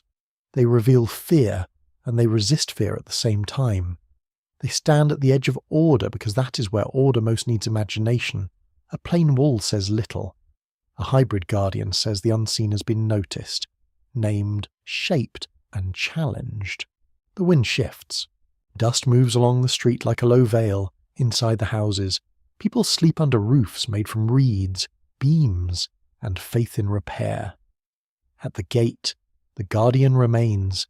At the edge of the field, the wilderness waits without hatred. Above everything, the stars continue their patient turning. You realize that monsters are not interruptions in Mesopotamian prophecy. They are part of its grammar. They warn that creation is never finished, that chaos is never gone, and that the human world survives by guarding its edges. Every threshold becomes a question. Every night becomes a test. Every strange carved creature becomes a sentence pressed not into clay, but into fear itself. And in the quiet outside the gate, you understand why the ancients gave their protectors terrifying faces, sometimes to sleep peacefully. Humanity first had to imagine what might be staring back. The city falls first in sound, long before it disappears in dust. You hear the silence where market voices should be. You hear a gate swinging loose against its socket. You hear wind moving through a courtyard where people once argued over grain, sandals, and marriage arrangements. Broken bricks lie in heaps. Roof beams have collapsed inward. A dog noses through ash, then slips away into an alley that no longer leads anywhere safe. The ruin feels awake. This is not the city at the height of its power. This is the city remembered through grief. Its temples stand damaged. Its streets are emptied. Its protective gods seem far away, or wounded, or unwilling to answer. The air smells of cold ashes, stale water, and mud soaked with old rain. Somewhere, a door has burned and fallen across a threshold. You step over it carefully, although no one remains to mind. Mesopotamian literature knew how to mourn cities. Among the most powerful works from ancient Sumer are the city laments, poems that grieve the destruction of places such as Sumer, and other sacred centres. These texts present catastrophe as both historical suffering and divine drama. Scholars at Yale, Oxford, Chicago, and the University of Pennsylvania have studied these laments as literary responses to war, political collapse, and the terrifying belief that gods might abandon their own cities. That idea is devastating. A city is not only defeated when enemies enter, it is defeated when its meaning breaks. If the god leaves the temple, the walls are already weaker. If divine favour departs, the granaries become ordinary rooms, the gates ordinary wood, the throne ordinary furniture. The city loses not just soldiers, but its place inside the order of the universe. That loss needs language. The laments give it language slowly, ceremonially, almost tenderly. They speak of streets where no one walks, festivals that no longer happen, young people carried away, houses emptied, canals neglected, and temples darkened. The poems do not rush through disaster. They sit beside it. They touch every broken thing, name it, and let grief accumulate like dust in a roofless chamber. You move through the ruin with lowered breath. A clay cup lies half buried near a wall. A grinding stone rests where someone left it. Perhaps for a moment that never ended. Date pits scatter across the floor. In one room, the plaster still carries a faint trace of colour. It is almost worse than total destruction. Beauty has not vanished completely. It has survived just enough to accuse the present. The city remembers its own absence. One mainstream historical fact is firmly anchored in the early 2nd millennium BC.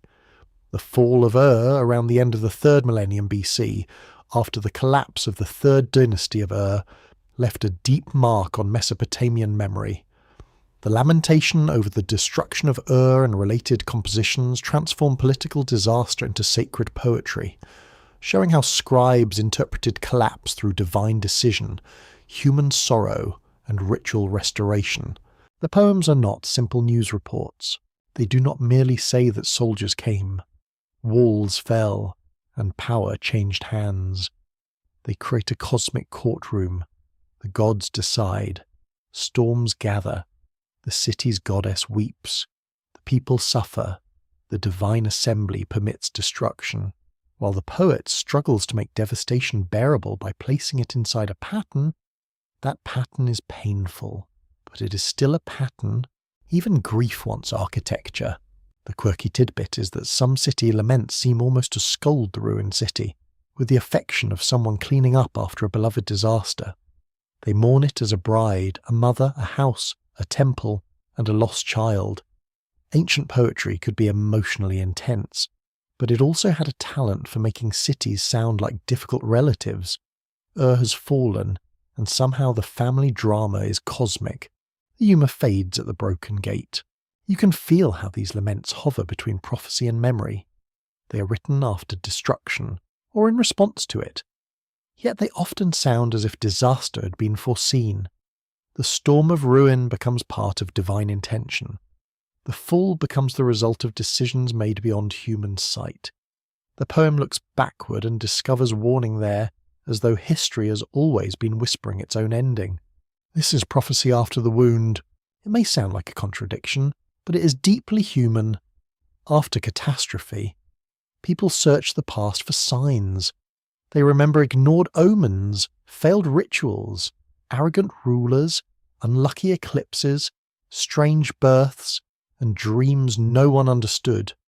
Memory reorganizes itself around the disaster. Events that once seemed ordinary become clues. The past becomes a tablet read too late. You know this feeling. Humans still do it. After a crisis, they say the warning signs were everywhere. The small cracks in the wall, the strange mood in the room, the official who sounded too confident. the river that rose faster than usual. Ancient Mesopotamians did not invent retrospective meaning, but they made it sacred, formal, and beautifully mournful. A scholarly debate surrounds these laments with care. Some researchers read them as ritual texts used in restoration ceremonies, helping communities process ruin and invite divine return. Others emphasize their political function, allowing new rulers to frame rebuilding as sacred duty. Another interpretation sees them as literary theology, using the destruction of cities to explore whether divine order can survive historical violence. The questions remain open. You stand inside a damaged temple court. The paving stones are uneven beneath your feet. Wind carries fine grit across the floor. The altar is blackened. A bird darts through an opening where a roof once covered the sacred space. The emptiness is not neutral. It feels like a question asked too many times without answer. Why was the city abandoned? The lament does not always give a comforting reply. It may say the decision came from the gods, but that does not make it gentle. Divine decision can be as cold as floodwater. The goddess may plead for her people and still be overruled.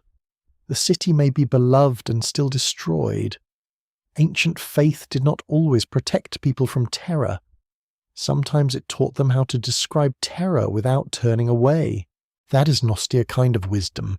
The fall written in clay becomes more than history. It becomes a warning to living cities. If Ur can fall, any city can fall. If a great temple can darken, any shrine can lose its song. If a dynasty praised by scribes can dissolve, any ruler's boast is already fragile. The lament preserves grief, but it also instructs power to tremble. No wall is final. The ruined city at dusk seems to understand this better than the living ever do. Shadows fill the doorways. The last light catches broken brick and makes it briefly golden. For one gentle moment, destruction looks almost peaceful, which is one of time's more offensive tricks. Beauty settles even on collapse, and the heart does not know whether to admire or mourn.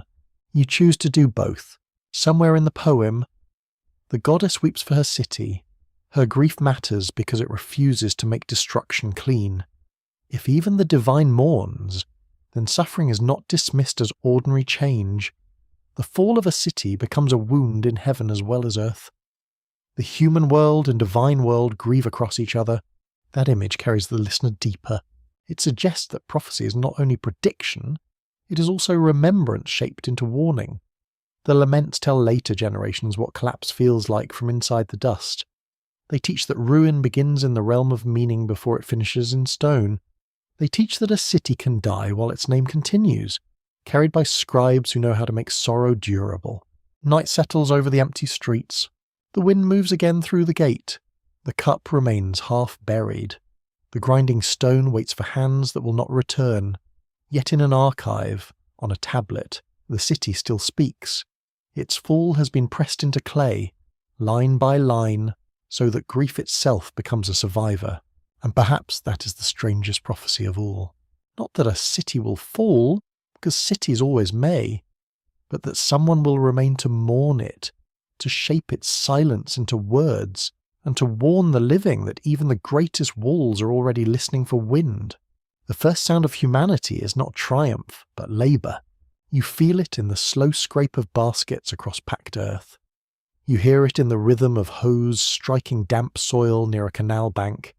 You smell it in sweat, wet clay, smoke from cooking fires, and the sour heaviness of tired animals. The ancient story does not place humans at the centre like crowned guests at a banquet.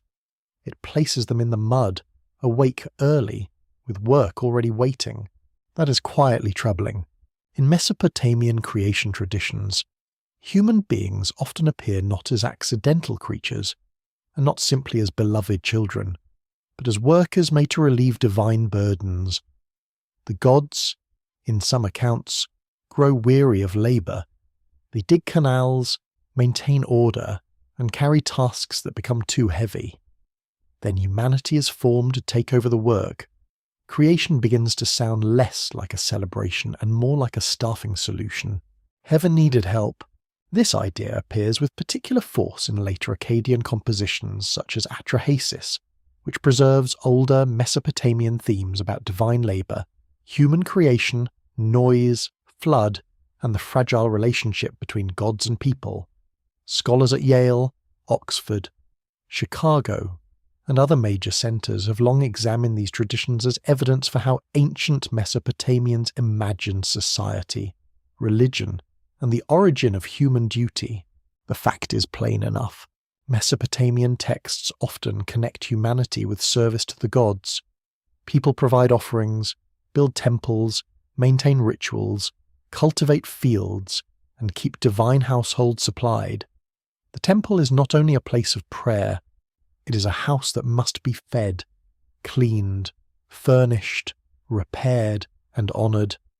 Worship has hands, shoulders, kitchens, storerooms, and accounting tablets. The sacred world eats breakfast.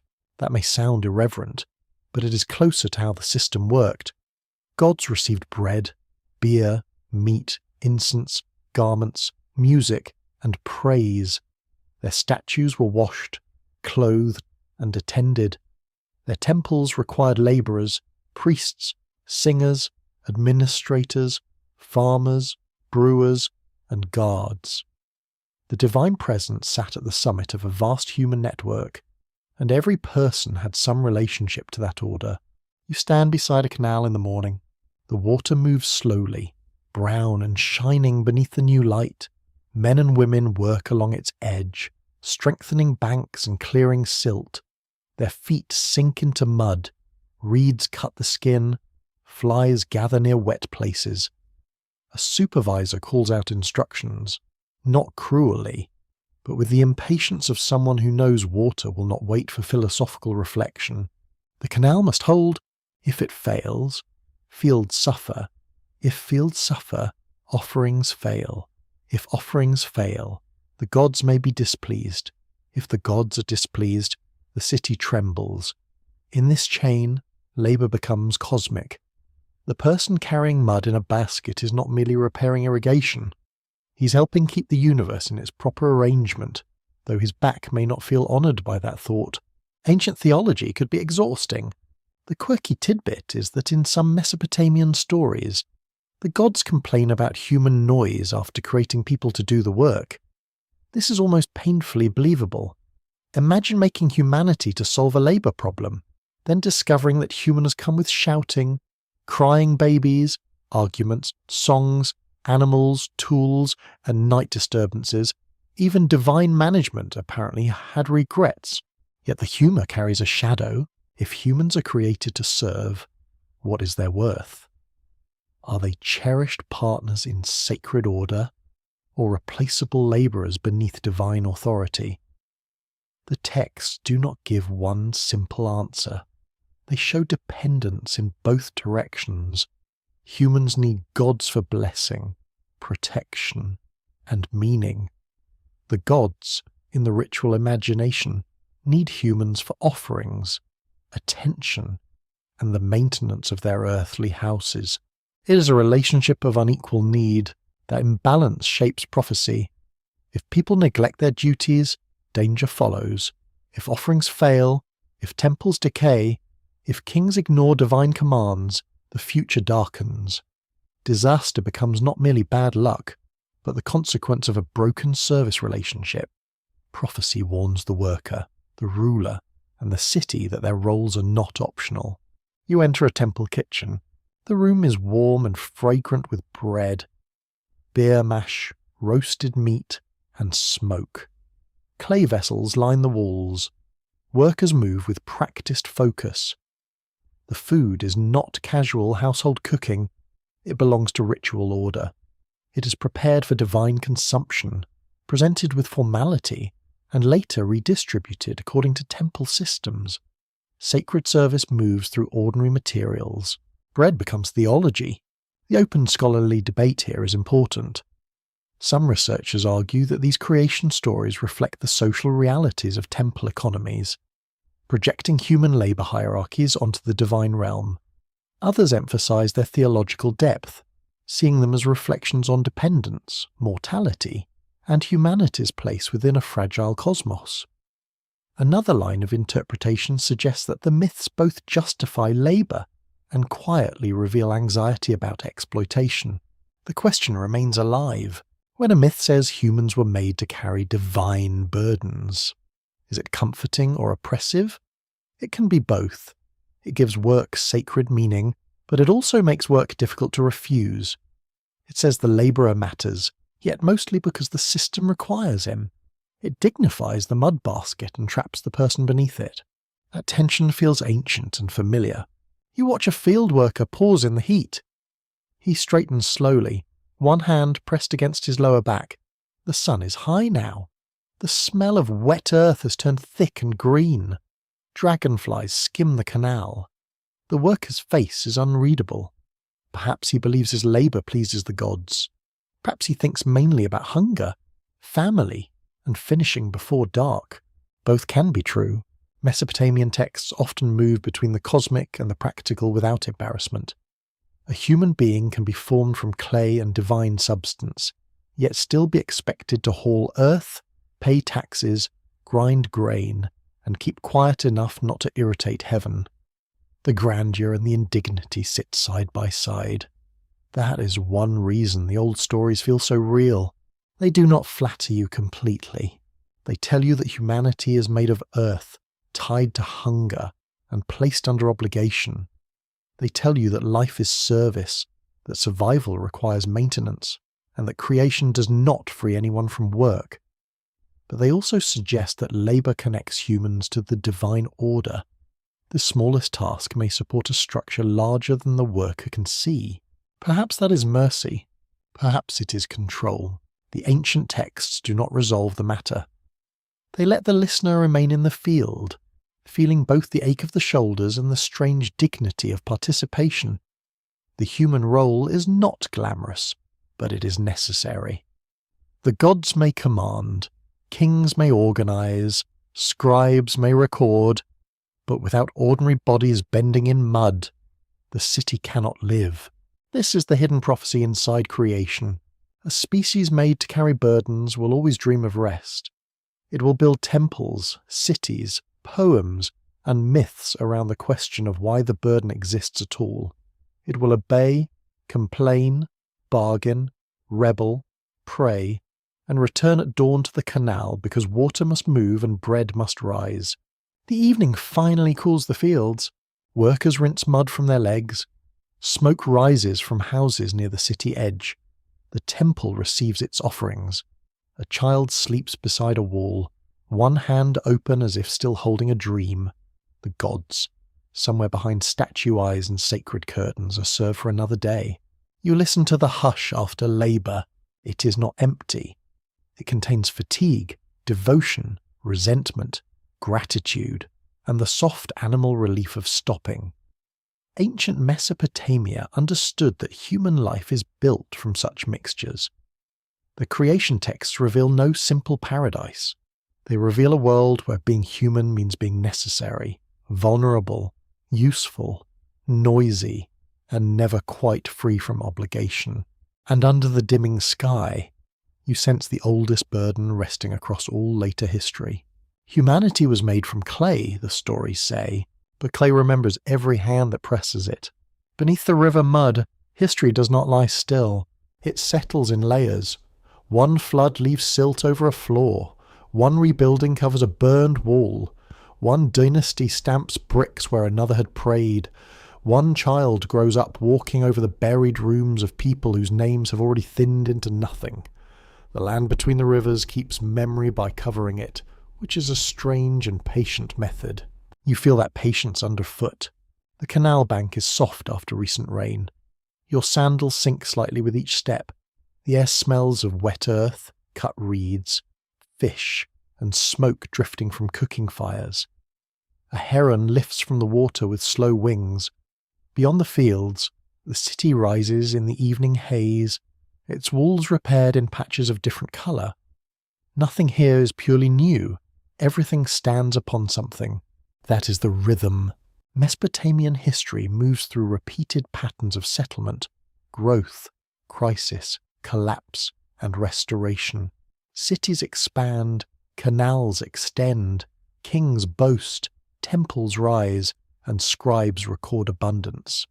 Then pressure gathers, rivers shift, salt creeps through fields, armies arrive, dynasties fracture, trade fails. Gods are said to turn away. Afterward, someone clears rubble, rebuilds a shrine, and writes that order has returned. The cycle begins again. Records from archaeological research at institutions such as Chicago, Oxford, Yale, and the University of Pennsylvania show that southern Mesopotamian urban life depended heavily on irrigation, labour organisation, and political stability. When those systems worked, cities could become powerful. When they weakened, the effects moved through food supply, temples, households, armies, and royal legitimacy. The pattern is not mysterious. It is human life under environmental pressure. Yet the ancient texts make it sacred. Flood does not remain flood. It becomes judgment, cleansing, interruption, or divine decision. A lost city does not remain a political casualty. It becomes a lamented bride, an abandoned house, a wound in the order of the gods. A new ruler does not merely seize authority. He restores what was broken, receives favour, rebuilds temples, and claims the pattern has turned again toward life. This is prophecy as repetition. Not one prediction, but many echoes. The future is imagined because the past keeps returning in altered form. A city once favoured may fall, a ruined temple may rise, a flood may erase fields, but silt may also renew them. A king may lose heaven's favour, but kingship may descend somewhere else. In Mesopotamia, time often feels less like a straight road and more like water circling through canals. It moves, yet it returns. You watch workers clearing a channel. Their hoes strike mud with dull, wet sounds. They are not poets, at least not while sweating in the heat. They are tired people trying to keep water useful, but their labour belongs to a pattern older than any one household. Canal maintenance is survival. Neglect is danger. Repair is hope made physical. The hidden timeline is written in maintenance. A quirky tidbit survives in the odd way ancient Mesopotamia could treat cosmic order as if it needed practical upkeep. The universe may be divine, but it still depends on cleaned canals, stocked temples, correct offerings, and scribes who do not miscount sheep. Apparently, even destiny appreciates good administration. The gods might govern the cosmos, but someone still had to move the mud. That small irony reveals something deep. The Sumerian and wider Mesopotamian imagination does not picture order as automatic. Order must be served. It must be fed, repaired, sung to, counted, guarded, and renewed. The city is not safe because it was founded once. The city is safe only while people continue doing the thousands of tasks that keep chaos at a respectful distance. This gives prophecy a practical edge. A warning is not only a vision of doom. It is a call to restore proper relationships, repair the temple, honour the oath, watch the sky, interpret the dream, strengthen the canal, feed the god, protect the boundary, listen to the old story before the river rises again. Prophecy points toward action, even when its language is wrapped in fear. You approach a mound at sunset. Its slope is scattered with pottery fragments. Some are red, some grey, some pale as bone. Each shard once belonged to a vessel, and each vessel once belonged to a hand. A jar carried grain, a bowl held beer, a cup touched a mouth. Now they are broken pieces in dust. But together they create a quiet archive of ordinary survival. This is how cycles hide, not only in royal inscriptions, not only in grand poems about gods. They hide in pottery, ash layers, rebuilt floors, abandoned canals, and the slow movement of settlement across a landscape. Archaeology reads these traces patiently. It finds no single simple prophecy buried beneath the mud. It finds patterns of human response to pressure, resilience, pride, exhaustion, and return. The scholarly debate is still open. Some historians emphasize environmental stress, especially river shifts, salinization, and agricultural strain, as forces shaping Mesopotamian cycles of change. Others stress political conflict, war, labor demands, and dynastic competition. A broader interpretation sees social, ecological, and religious systems woven together so that collapse and renewal cannot be explained by one cause alone. The old world resists shortcuts. That resistance is important. It keeps the story honest. A city does not fall only because a king angered a god. It does not fall only because the river changed. It does not fall only because an enemy attacked. It falls when pressures gather, when systems strain, when meanings weaken, and when people can no longer repair quickly enough. Then later, memory simplifies. The poem says the god departed. The king says he restored justice. The omen says the sign appeared. The chronicle says kingship moved. Each explanation catches part of the truth, but none catches all of it. The full event lies under many layers, like a room buried beneath flood silt and rebuilt floors. You kneel by the riverbank. The mud is cool beneath your fingers. It holds reed roots, tiny shells, and the smell of deep water. This mud can build a city. It can also swallow one. The same material becomes brick, tablet, field, levee, and grave. Mesopotamia understood this double nature intimately. Creation and destruction were never far apart. They came from the same brown earth. That is unsettling. It is also beautiful. The people of the river plain did not live in a stable paradise. They lived in negotiation, with water, with gods, with rulers, with fields, with neighbours, with memory. Their prophecies, omens, and laments grow from this constant negotiation. They are not decorations around history. They are tools for enduring it. Night gathers slowly. The repaired city wall darkens against the sky. A line of birds crosses above the canal. The first stars appear, faint at first, then sharper. Somewhere. A scribe enters a record by lamplight. Somewhere. A priest prepares an offering. Somewhere. A child hears an old story about a flood, a king, a warning, and a world that began again. The pattern holds them all. Flood, kingship, warning, rebellion, collapse, repair, offering, and return. These are not separate stories drifting through clay archives. They are parts of a single ancient rhythm, a way of imagining history as something watched, interrupted, judged, and renewed. The rivers rise, the cities answer. The gods remain near, though never fully safe. You begin to understand the hidden Mesopotamian rhythm. Human beings are small, but they participate in large cycles. Their labour matters, though it cannot make them immortal. Their cities matter, though they can fall. Their records matter, though tablets break. Their warnings matter, though not everyone listens. The future is not fully known, but it often arrives wearing the dust of an older event. The river moves in darkness. It carries silt from places you cannot see toward fields that have not yet been planted. It carries memory without explaining it. Along its banks, people will build again, argue again, pray again, and search again for signs that the world is tilting toward blessing or disaster.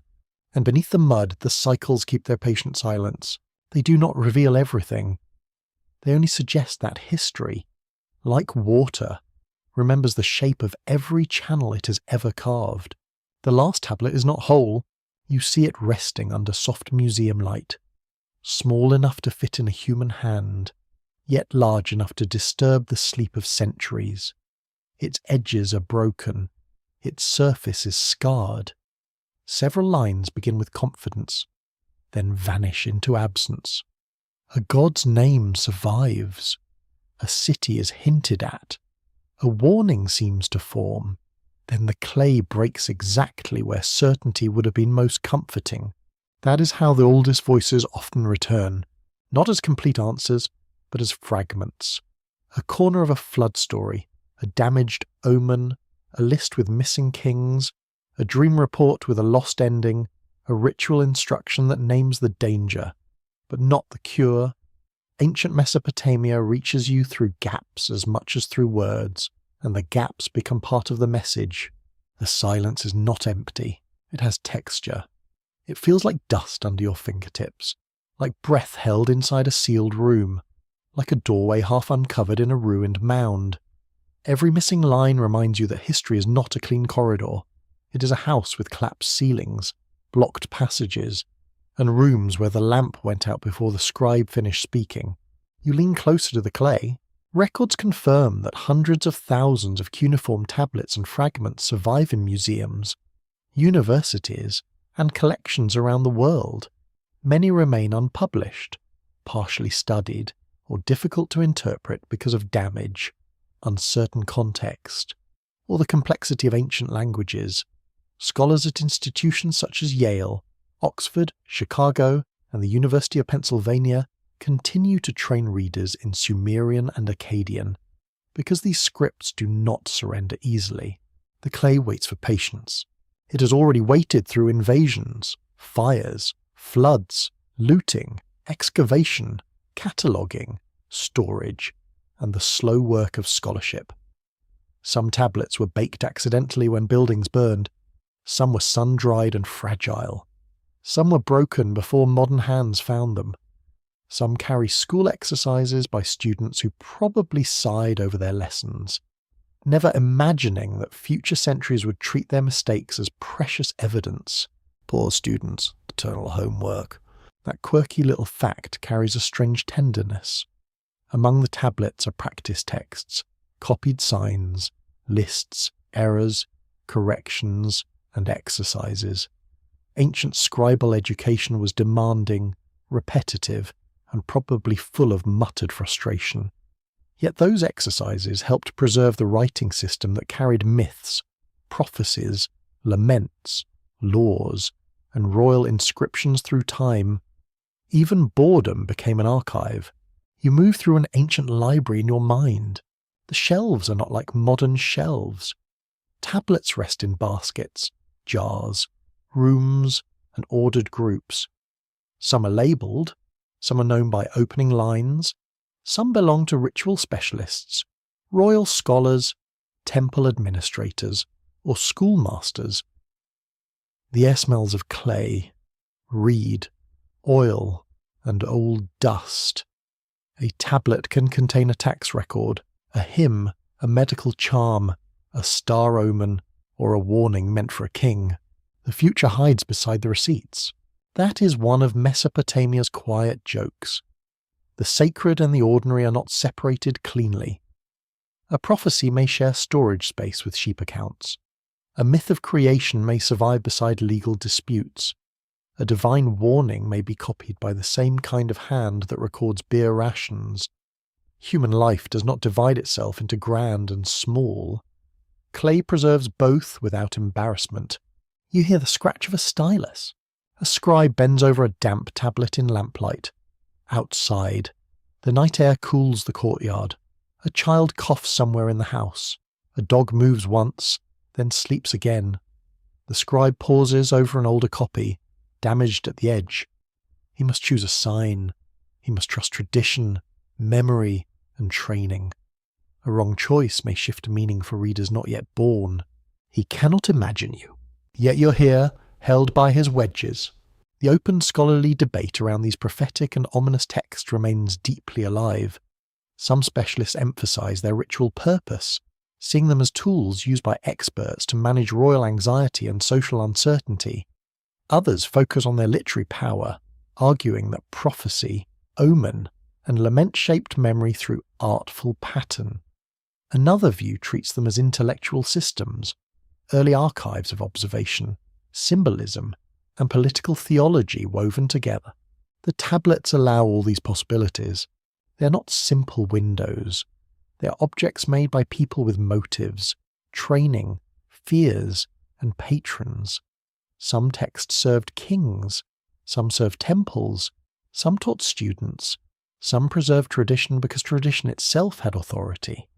Some may have been copied long after their first setting was forgotten.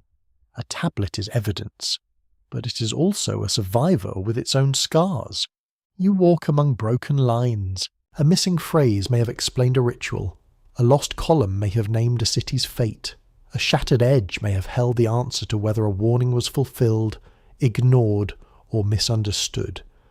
The temptation is strong to fill every gap with certainty. Modern imagination loves a secret hidden in the crack, but careful listening requires restraint. The broken tablet does not grant every fantasy.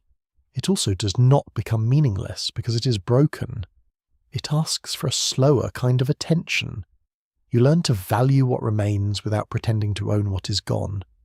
You learn that history is not only the recovery of facts, but the discipline of standing near absence without forcing it to speak too clearly. That discipline feels almost spiritual. Outside the archive, dawn spreads across the old riverland. The sky lightens behind palm trunks. The canals reflect a pale band of silver. Workers begin to move. Birds call from the reeds. Somewhere, a temple door opens. Somewhere, a ruler worries about a sign he cannot ignore. Somewhere, a child learns the first shapes of writing, pressing a reed into clay with awkward seriousness. The world continues. That may be the deepest prophecy in these texts. Flood comes, and the world continues. Kingship moves, and the world continues. Cities fall, and songs continue. Oaths break, and curses continue. Monsters guard doors. Dreams trouble sleepers. Stars are watched, canals are repaired, and clay receives the anxious pressure of human hands. Mesopotamia does not promise safety. It promises recurrence, memory, an unfinished interpretation. Nothing is fully settled. A final fragment lies before you. Its signs are faint, but the scribe's intention still lingers. He wanted something to pass forward. A warning, perhaps. A ritual. A name. A pattern. A sentence that could outlive his breathing. He succeeded only partly, which may be the most human success of all. You do not receive the whole truth. You receive enough to keep listening. The last untranslated silence is not a locked treasure chest waiting for one dramatic key. It is a landscape of patient work, damaged evidence, and ancient uncertainty. It reminds you that the people of Mesopotamia were not distant shadows mumbling superstition into the dark. They were observers, builders, mourners, workers, dreamers, rulers, servants, skeptics, believers, and scribes trying to survive inside time. Their prophecies do not end neatly. They remain open, like broken tablets under gentle light, like river water moving beyond the city wall, like a dream remembered only in pieces at dawn. You stand before them with the same uncertainty they carried. What is warning? What is memory? What is pattern? What is fear learning to speak? Perhaps the answer was written once. Perhaps it broke away. And perhaps the story is not yet complete.